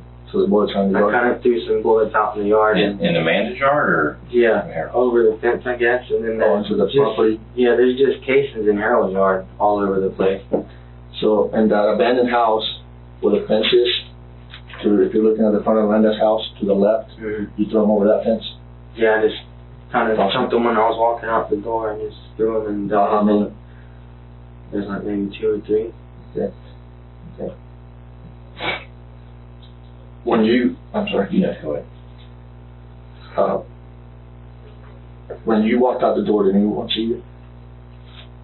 You said that the neighbor, I guess, she was in a red car. It was an old lady, and I don't know who the other one was on the other side. Were they young? They were young? So they was just staring at that time. I could hear them. But they never come on or nothing. Then they was just driving in front of the house. And they stared at me.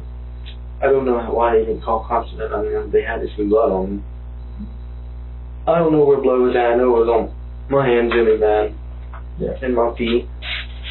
Were you covered with your shirt? And my shirt had like spots and blood and stuff. What about your shorts? Shorts were black. So I couldn't see my shorts were black. Did you feel like they were wet with blood, or was just... No. And your slides, what color are they? They're black. And What? they're black with white. A white basketball gown or something. What kind are they? What, you know what type they are? No, I don't know. I know they say Jordan on the back. I don't know what I got them for a birthday present, I think. Okay. Where in your dad's house are they? I don't know. I told him. I put them in their car. I stuck them in their trunk. I went over there Friday, and I stuck them in their trunk. And then I was planning to leave them there, but I told him to get them out and put them in the house. I told him, hey, I left my Jordans over there. Can you put them in your house, please? And I'll come and get them later. So he took them out and put them in his house, wherever he put them. What about the gun? You know exactly where that is? It's at Harold's house in his gun cabinet. I locked it back up. Okay. When you went, which way did you go to? You left the house at the day you hit 441 North. Which way did you go? I went in.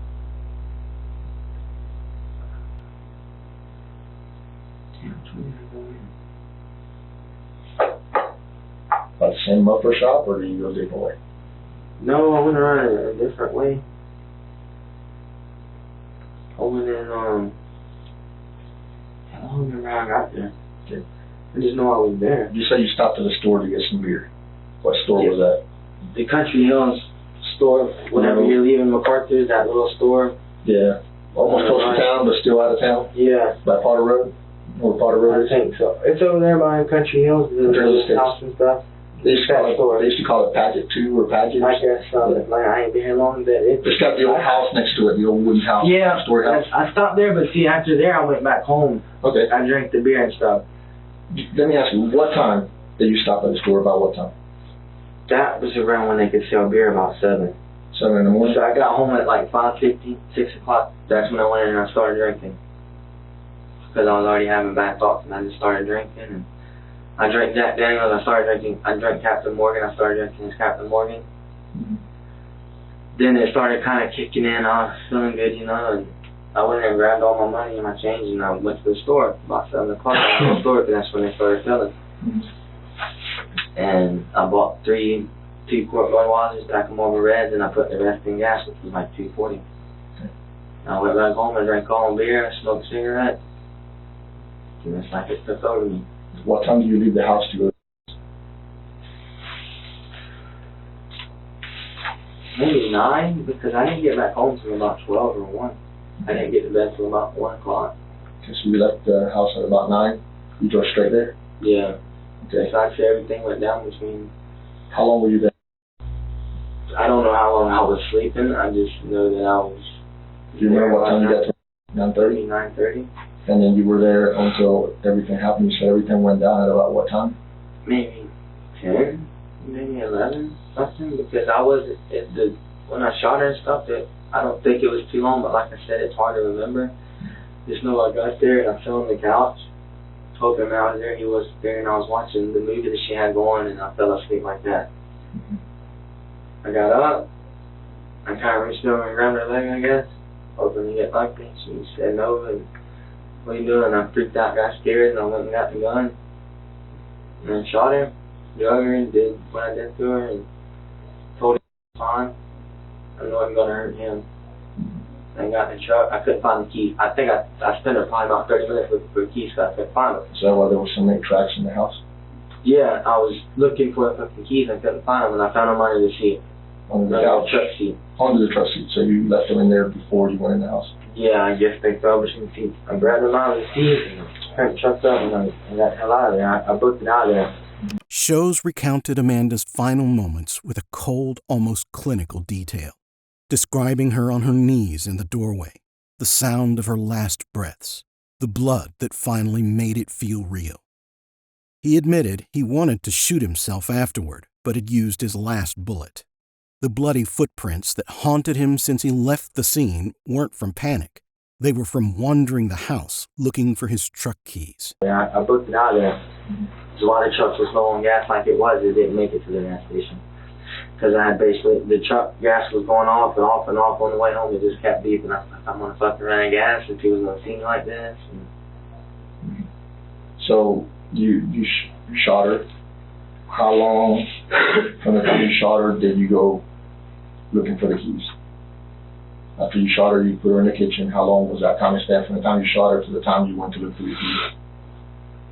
It would be after I had sex with her. How long did that take from the time you shot her till you were done having sex with her? Not longer than 10 minutes. 10 minutes. And then you spent about 30 minutes looking for the keys? Yeah, because I couldn't find the fucking thing. Is that why you... I was freaking the fuck out because I couldn't find the keys. I was like, where the fuck is the keys? I was going off to... I don't think I was even looking for the keys. I was just freaking out. Mm-hmm. Is that why you... Is there so many I tracks? didn't know Is that why? Yeah, I didn't know what... Mm-hmm. Didn't know what to do. Mm-hmm. I just didn't know what to do. And then finally you went outside and looked in the truck and so on. I had been going outside. I'd been going back and forth. I walked back and forth in the house 50 times trying to figure out what the hell I'm going to do now. I didn't know what I just did and whatever. And finally went outside and I looked in the truck about 5 or 6 times. And I finally found the keys under the seat. That's when I grabbed them and I crunked it up and I left. Okay. You put the gun back in the truck and left. Yeah, I stuck it in the truck and I left. But what was blood on the truck? The armrest had blood from my arm while I was sitting like this. There was blood underneath the thing. The armrest? Underneath the armrest on the seat. Mm-hmm. Because it's the thing I connect up, you can sit there and there was blood there, there was blood on the top of it, there was blood on the doors from where I had been looking for the keys. There was blood on the driver's floorboard from my shoes. Is it carpet or is it mats? It's all it's a fucked up mat. From that, but it's all ripped up and stuff. Does it have like carpet material on it? Yeah, like a mossy oak. So it got all blood? Yeah. issues. And, I tried to clean all the blood back, but I don't even know if there's still some in there or not, but what do you use to clean the truck? a wipe? A Lysol wipe? That's the same thing you used on the gun. Mhm. And, Well, the one in the seat, I just kind of licked my hand and wiped it in, so you can see it kind of blended in. What color are the sheets? tan. Tan, so it kind So of they blended in. showed it up really good Yeah. when it was there, and I just kind of tried to wipe it away. You spit. Yeah. Does that truck have a FSU tag or something like that? Mhm. You know, is it got a toolbox or anything like that? Yeah. What color is the toolbox? Black. It's a black toolbox. How many doors does it have? 4. Inside steps. Some mud grips or regular tires? It's not good. Mud grips. I may have missed this part. When did you go to the gas station before or after? Before. So That's when before I got to get my beer, and you already Yeah. told the detective what gas station it was. Yeah, it was the country road. And so you you say you almost ran out of gas after you left there? No, I had put $2 in because I was surprised I made it to the real store. And then after buying my beer and my cigarettes, I put whatever was left in the gas, which was like 2 something. And I went back home. I drank my beer. Did you stop anywhere after you left? Before you got home? No, I was covered in blood. I went straight home because I was freaking out. I didn't know what to do. Anybody see you? No. I mean, other than people driving through town and stuff. But I mean, anybody No came one out else. that where they recognize you? No. Is there a reason why you threw the phone in front of the church? Was there any particular reason, or you just threw it out? I just threw it because I didn't know what I thought. Because when I got there, I was like, "Is Matt here?" And she said I could use the phone, but I just kind of grabbed the phone, and then my fingerprints were going to be on it. I'm in the system. All you had to do was run the fingerprints and it's down. This phone in the picture, is that, well, it's hard to see it, but there's a phone on your lap. Is that your phone or is that a phone? It's kind of hard to see it. There's like a... Oh, that's mine. That's your phone? Yeah. And then when do you grab it? You grabbed it when it fell outside the door? Is that where you grabbed it? No, it fell out the door. I didn't know it was there at first. Mm-hmm. Then I went around kind of looking at everything, making sure there wasn't nothing out one day. I seen her phone laying on the porch. So you walked around the house? Outside? Yeah, the side of the house. There would be that side door, their back door, I guess. And I picked it up and I kind of hit it. Just to clarify, you went down the hallway and opened the door, or you walked outside? I walked outside. And around the side of the house? Around the side of the And the house. neighbors were sitting out there? No, it wasn't out there. It wasn't out there? And they were sitting on the little step? Yeah, and I picked it up and took it. Did you go up the steps to grab it? No, I just leaned over and picked it up. Okay. And then you took it with you because you thought you had your fingerprints on it? Yeah. Besides the Jack Daniels and the several beers you drank, did you use any drugs or anything? Any marijuana, No. sniff anything or No. anything like that? No. Nothing at all. No, I don't do So that. if we drug test you right now, would we find anything? No, just cigarettes and that's it. I don't do no drugs. I stay from that. Like I said, drinking's a bad problem. Do you take any prescribed medication or anything like that? Mm-hmm. Or unprescribed any pills or anything? No. Have you ever do you ever have like a blue or any type of drum in the back of that truck? Like one of the big, like one of the ones you see on the dairy out there by where I live. No, it's the gas can. So you went straight home? Yeah. I never had no barrel in there. When you went back home, you said you went to sleep after that? I went home. I got home and I grabbed the gun out. First, I just threw the gun back after I took the shower. I threw the gun back of the cat, locked it up. I showered, and I took all my clothes and I burned them that I had on. And I showered real good. Then when I lay down, it was hot. I barely slept. I couldn't sleep. And then I got up. That's when Sarah called me and I knew everything was going to happen then. And that's when everything. You knew that that's the call you were getting was because of that? Yeah. What did you tell Sarah? I just kind of tried to comfort her, I guess. Did you feel anything? Did you go anywhere else after? Just to work. From then on. Anywhere besides the work that night? Just from then on to work. I heard there was another murder that night, but I didn't have nothing to do with that. Yeah, I went to work. Where do you hear that murder was at? Sarah said that it was across from the hospital. She said there was another woman found dead across from the hospital. What do you hear about it? I don't know no details. Now, when you say you left blood on your armrest, was it because of the floor? You got a lot of blood on your arm Yeah. when you were on top of it? Yeah, and then I slipped in the fucking blood. I busted my ass trying to get out of there. Where do you slip at? In the kitchen, I think, or the hallway maybe, wherever there's a spot mark. That's where I kind of fucking slipped. I lost my foot, and my foot kind of went through my Jordan. You know how your foot will go through your sandals or something? My foot kind of did that because it was slick, and then I slipped. I didn't fall, but I kind of caught myself. So there was blood on my knee from where I kind of caught myself in the way that. So you moved your foot. Yeah. What about your sandals you wore with socks? Yeah, So your feet were slippery inside the that's sandals? what I'm saying. Yeah, I didn't have no intentions. It just kind of took over me. What kind of clothes were you wearing? We can see a little bit. Was that? That's a blue shirt. It's kind of like this, but it's lighter. And the shorts I was wearing were black shorts. What kind of shorts? Just basketball shorts. Basketball shorts? Yeah, they were just thick basketball shorts. And I can see your little scar on your arm there. Yeah. She's that one right there. What happened there?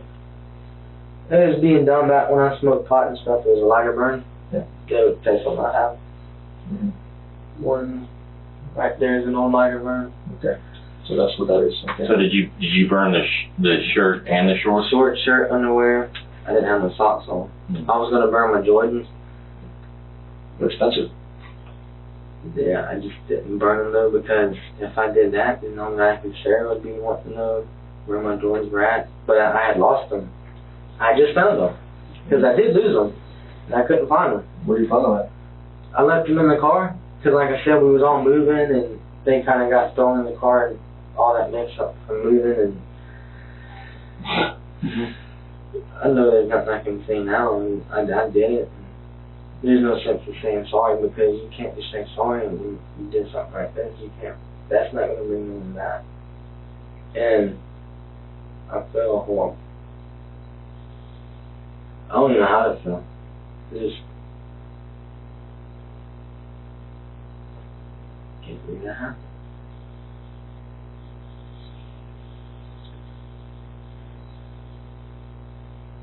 Chris, I think you're opening up to us, and I believe you're being honest. But we just want to make sure if there's been any previous instance where we may need to look at it or remember. You said you had some films in the past. Yeah, but I never carried them out. Like I said, there was always, I guess I can't be by myself. It always happens when I'm by myself. Sarah was at work. When I leave work, it's always someone's with me. Whether it be Sarah, her dad, my mom. Have you ever hurt anybody before? No. What about? The only violence, as violent as I ever got was with Alan when I went and got arrested that night. That's the only time I got violent. Sarah was, I guess you can say, kind of like my second mom because I really don't have a relationship with my mom now. What about anything sexual in the past? No, I don't. Involving anyone that you may have forced yourself on them or done I anything cheated on Sarah, but that was when we first got together. I didn't have the feelings I do now for her, and I cheated on her out and drinking and had sex with another woman. But that Well, I mean, if you were kind of forced yourself on somebody. No. I never did nothing like that. That's what I'm saying. I don't know what came over me then on that day that happened. Never hurt no one like that. I've always had the thoughts of either hurting someone, hurting myself, and like I said, once or twice I almost did it if it wasn't for Sarah. Who were you thinking about hurting then? When you thought about doing it before? I just never thought of no one. It was just in general, like, I was just so angry. And At what point did it first come into your mind as being the person that you were going to carry this out on? She never came into mind as doing it. Like I said, I never had the thoughts of doing any particular person like that. I just thought about it. But Matt came to mind, and I was like, he's out. It happened, like it came to mind, and I did it. Like, I was alone, and I just got in my truck and went. I grabbed the gun and left. When you were shooting the gun outside, is that when it came to your mind? What this section revealed was the mechanical aftermath of a murder. a young man piecing together an escape plan in real time, covered in blood, nearly out of gas, hiding shoes and burning clothes. But beneath the logistics was something more unsettling. Shows admitted the violent thoughts had been building for a long time, that he couldn't be trusted alone, and that Amanda was never specifically targeted. She was simply there. That may be the most disturbing detail of the entire interrogation. Did it. Like, I was alone, and I just got in my truck and went. I grabbed the gun and left. When you were shooting the gun outside, is that when it came to your mind? Yeah. Or was it before when you bought the beer? No, when I guess when I was shooting the gun, it kind of took over me. I threw the gun in the truck, and I got in the truck and I left. Okay. When you shot her, was the gun up against the back of her head, or wherever? Was it on top of her head? Was it on front? It was. I shot her from behind. Where exactly did you shoot her? And I was standing over and I did it real quick. I just kind of put the gun in. I didn't really look. I just know I had the gun in her head and I shot. Do you remember if you hit her on the top, on the side, I don't know. Maybe on the side, probably. Yeah, which side? If you can you point at the back of my head? I was on this side over. Okay, so you right about here? Yeah. Okay.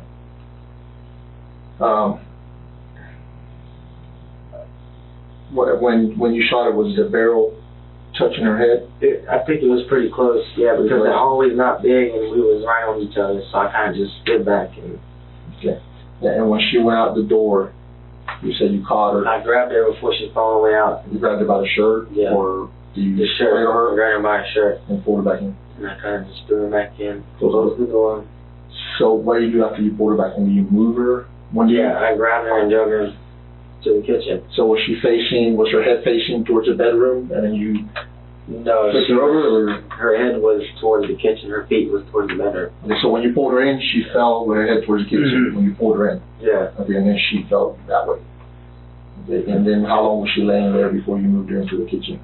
Not long, just long enough for me to close the door and I grabbed her. But like you said, I just didn't know to do all the blood, like there was so much blood so quick.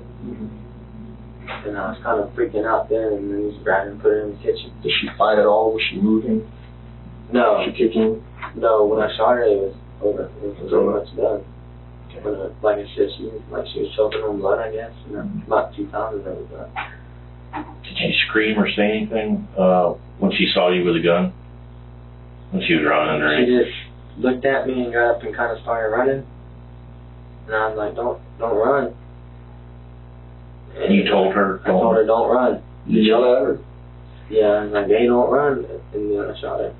Because I freaked out then. Did she respond to you after you said don't run? I started running after her because I seen her go to the back door. And when I got up to the back door, she had done slung the door.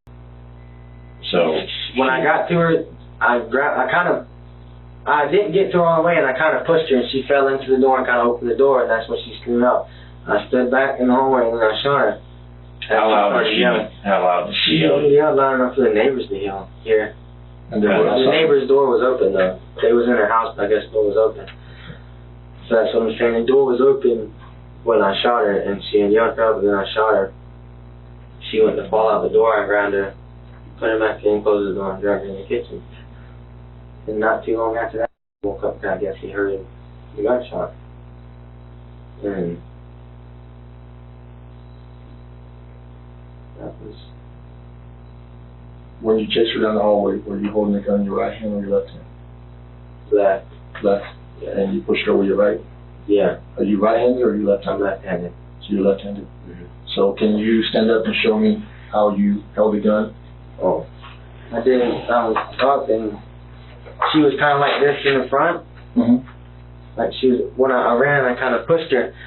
She fell into the door as it opened and she started screaming help. I did like this. I just didn't pull it up. I just right to the head. And so you were probably aiming. I was kind of on her right side. Okay, so you were on her right. Yeah, and then I just shot her. Okay. Then I grabbed her like this and I put her in and closed the door and I kind of grabbed her and just drove her to the kitchen. You grabbed her by her back of her shirt or front? The back of the shirt? Yeah. She was facing the outside. She was facing the wall. So I was behind her. Did the blood get on your shoes then, or was it dripping on you or anything like that? I think it got on me because she was leaving blood when I was dragging her and it was getting it on me. It freaked me out that there was all that blood. And then when you got her to the kitchen, did you turn her at all, or did you just leave her like you got her to the kitchen? I just grabbed her and kind of just let her go in the kitchen, and she just kind of fell, and She dropped? she fell, yeah. Okay, so she kind of dropped, you kind of had her up when you were on her. The gun was still in your hand? Yeah. Then I set it by the trash can. So your gun was in your left hand or your right hand? It was in my left hand. So you grabbed her with the right? Yeah. And then when you got to the kitchen, you dropped her? Yeah, I dropped her just like that, and then took the gun and set it against the garbage can. Okay. You know where she was laying, where the garbage Yeah, there can was was a garbage at? can there in the kitchen. I reached over and set the gun there. On top of it or on the floor? On the floor against the wall. That's how all that blood got on the gun, because it had leaked on the gun. And then what do you do then? You took her clothes off, or did you leave her clothes off? I took my clothes off. Okay, so you had her there, what color pants was she wearing? Blue jeans, I think. Blue jeans and a black shirt. What color pants was she wearing? I don't remember that. I don't remember what she was wearing. Was she wearing panties? Yeah. Okay. So you pulled that off of her. Did you have to unzip them, or were they buttoned, or were they unbuttoned? I think I just pulled them off. So then you didn't unzip them or unbutton them? I think I unbuttoned them and I just yanked them off, kind of. Okay, so you pulled them off. Mm-hmm. And then what did you do after that? I know it's hard to talk about it, but I need to know what happened. I just got on top of her and... Did you take your clothes off? Yeah, I just kind of pulled my shorts down. Your shorts I down? left everything on, and I just kind of pulled my shorts down. Did you spray her legs? Yeah. And you got on top of her? Was she still moving there? Was she breathing or anything? No, there was nothing. But there was still blood coming out? There was blood everywhere. Did you get it on your arms? Yeah. Her shirt, did it stay down? Or did you pull it up? Or I think the shirt came up because I was dragging her, maybe. Mm-hmm. I was trying to drag her and hold the gun at the same time. Yeah. I mean, she wasn't heavy, but I was just drunk. Yeah. How long do you have to do it for? Not long, like maybe 5 minutes, 2-3 minutes. And then you inside of her? Okay. Did you kiss her body at all? No. Okay. And then when you were done, what did you do after that? I pulled my stuff up and then I started trying to find the keys. Because it kind of hit me. It's like I came back to reality. Like, I know what I did, but I don't know how I did it. Like, I know what I did, and it's like I couldn't stop myself. It's like there was somebody else in the water, I guess. And then I seen and I climbed inside. I wasn't gonna hurt that baby. One day, was it in the hallway when you got her, or was I know after I pulled my pants and stuff up, that's when he kind of started crying, I guess. That's the first time you saw him, or did you see him? Yeah, that's the first time I seen him. I didn't see him around nowhere else. So you didn't know he was in the house, or did you know he was in the house? I knew he was there until he was sleeping. Okay. And then when was the first time you saw him after you shot the gun? After I pulled my pants up, I guess. That's the first After time I you saw him? finished, I seen him. But he was just coming out of the bedroom. I don't know if the shot woke him up or he just woke up. Like I said, everything after I shot it happened pretty quick. Yeah. Did you place him on the bed, or did you get back on the bed? I didn't never go in the room. I know I walked through the hallway, but I kind of stopped at the bedroom. I kind of stood in the doorway. I remember I went in the bathroom. Well, I don't know why I went in the bathroom. I don't know. I was freaking out. I was just looking everywhere. I guess looking for the keys. I didn't really look in the bathroom. I kind of just flung the doors and then looked around. And I was just trying to find the fucking keys. I threw the cushions off the couch looking for them. They fell out in the couch. I looked on the floor. Did you get blood on the couch? I don't know. I probably did because I had it all over me. By this point, Christopher Shows had confessed to everything, and the detective made him walk through every detail. What emerged was a crime that unfolded in minutes, driven by impulse rather than planning. He told Amanda not to run, then shot her anyway. He described dragging her body, committing the sexual assault, and then snapping back to reality, only to find Amanda's 2-year-old son standing in the hallway. That image, more than anything, seemed to finally break him. In the couch, I looked on the floor. Did you get blood on the couch? I don't know.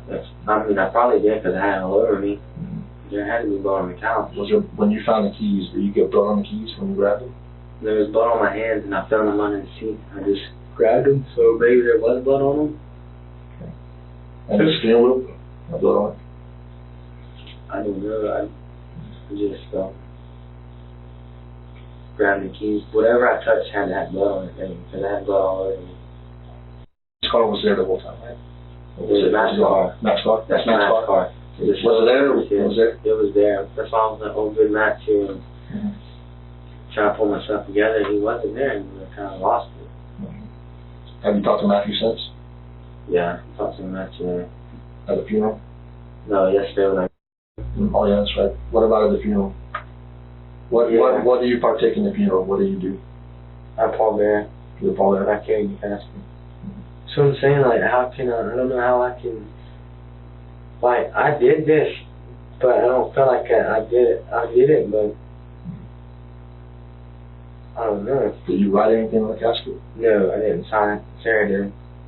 So I think she wrote on So it. you never wrote anything on the casket? No, I didn't, no. Why not? I guess because like it goes back to I know that I did this and I just couldn't do it. I was trying to avoid.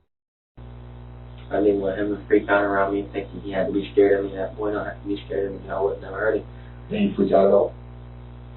I never seen him till yesterday, but he didn't never freak out or nothing. You said you picked him up yesterday from Matt's mom. And I've just been thinking that I need to just come and tell y'all because I just couldn't handle seeing that baby knowing I did that to his family. And Matt and all them, and just, I knew eventually I just couldn't live with it. Eventually I was going to shoot myself. I just didn't know how to work the other guns. Yeah. Because Harold didn't have guns, I don't know how to do them. I didn't try to do them. But if I had another 22 shot, I would have shot myself that day. Yeah, I don't want to.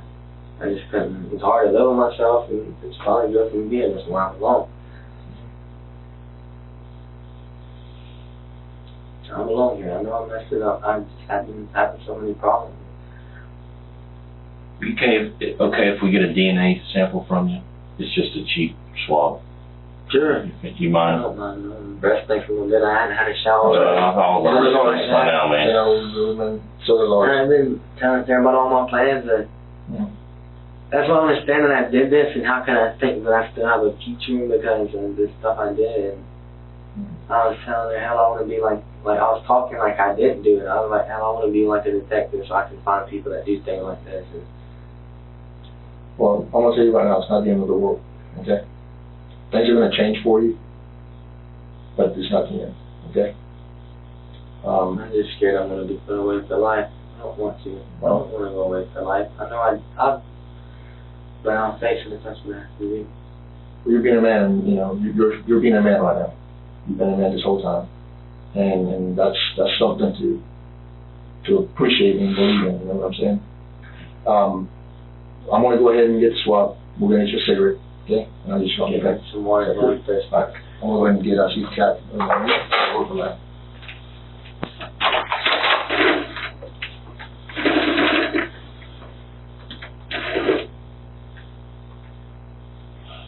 Is there anything else that you can think of that we haven't asked you or you haven't told us regarding this incident, regarding any of the, what we would view as evidence, location of anything else that we read? I mean, you're being open and honest with us, and we really truly appreciate that. But we want to make sure we have everything, because we may not get to talk to you again. So we just want to make sure we clear anything up that we haven't asked. And you can take a minute to think about it. And then I got the gun in the truck, everything I did. The 22 shells that are out in the yard. Did you take any pictures? Maybe, no, I didn't take no pictures. With your phone? Any text messages on your phone that may be relevant or we want to see to any other persons? Just my brother and sisters and my mom's probably the only ones I text. That's it. But there's nothing like that on there. You didn't take pictures of the body or anything? No. After it happened, I just left. And are you sure you didn't manipulate her body right before leaving to put it in a certain position? No, I didn't put it nowhere. I just like I said, I kind of hit the legs and tripped over a little bit. So do you remember how she positioned when you left? When I asked her, she was like her feet was facing the hallway, and I didn't like that. Then I got pulling cast up. And after that, I got up and was trying to walk out. I kind of kicked her out of the way, I guess. I kind of moved her off to the side or something, moved her out of my way. I didn't never touch her nothing after that. But do you remember looking back and seeing how she was positioned as you were leaving? No, I was just kind of. You know if her legs were crossed or her legs? I was like my memorization. I seen her, but I wasn't paying attention. I knew she was there. I was looking for the keys though. I don't know how she was laying. Well, the last time you exited the house, did you go out the front door? Yeah, and last time I left, I went out the front. What about those other times you went? You said you went in and out with the keys. I went through the front. Every time? Yeah. That's probably why there were tracks on the carpet, because I kept going through the hallway and out and in. When you went out, did you close the door behind you? I just kind of pushed it, but it was still open. When I was leaving, I seen it still open. Like cracked or fully open? It was like cracked. But was it locked or unlocked? It was unlocked. It was kind of like cracked. What about you said she had raised the window when you The front door window, she raised up to see who was there. Was that still open when you left? I think she closed it down when she seen who it was. She closed it down and opened the door. Did it get opened back up at any time? Are you sure? Not while I was there. I don't think she closed it. You sure she closed it? I don't remember. I know she opened it. That was it. Do you remember seeing her close it after she saw it? I don't remember seeing her close it. I just know she opened the door. I don't remember seeing her close it. So when you found your keys in your truck, did you go back in after that, or at that point? No, I found them and I just hopped in the truck and left. Because when it happened and everything was finished, I grabbed the gun and I went to the truck. I threw it back seat. I went to get in the truck and leave. I couldn't find the keys. That's when I really started freaking out too, because I couldn't find the keys to get out of there.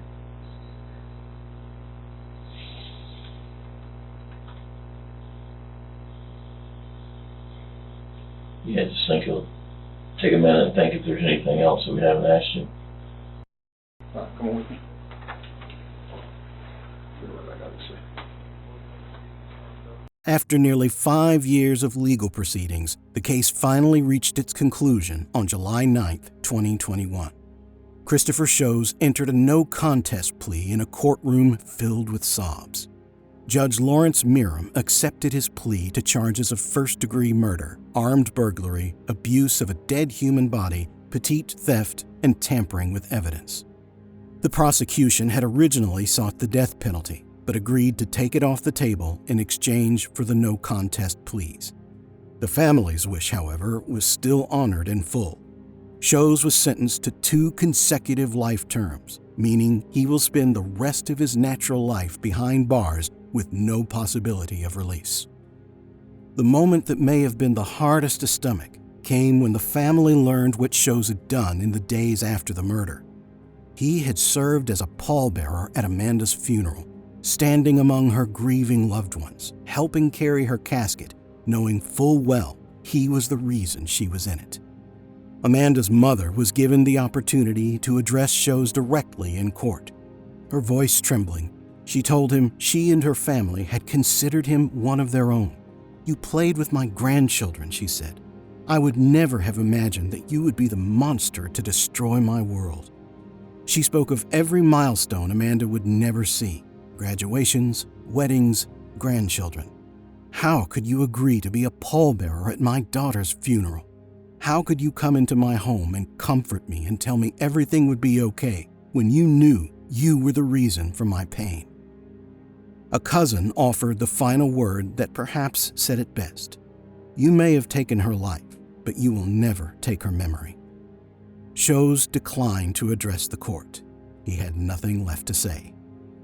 Amanda Suarez was 25 years old. She was a wife, a daughter, a sister, and a mother of 4, who, by all accounts, simply wanted to stay home and raise her children. She did not invite what happened to her. She did not deserve it. And because of one man's chilling, senseless curiosity, her 4 children grew up without her.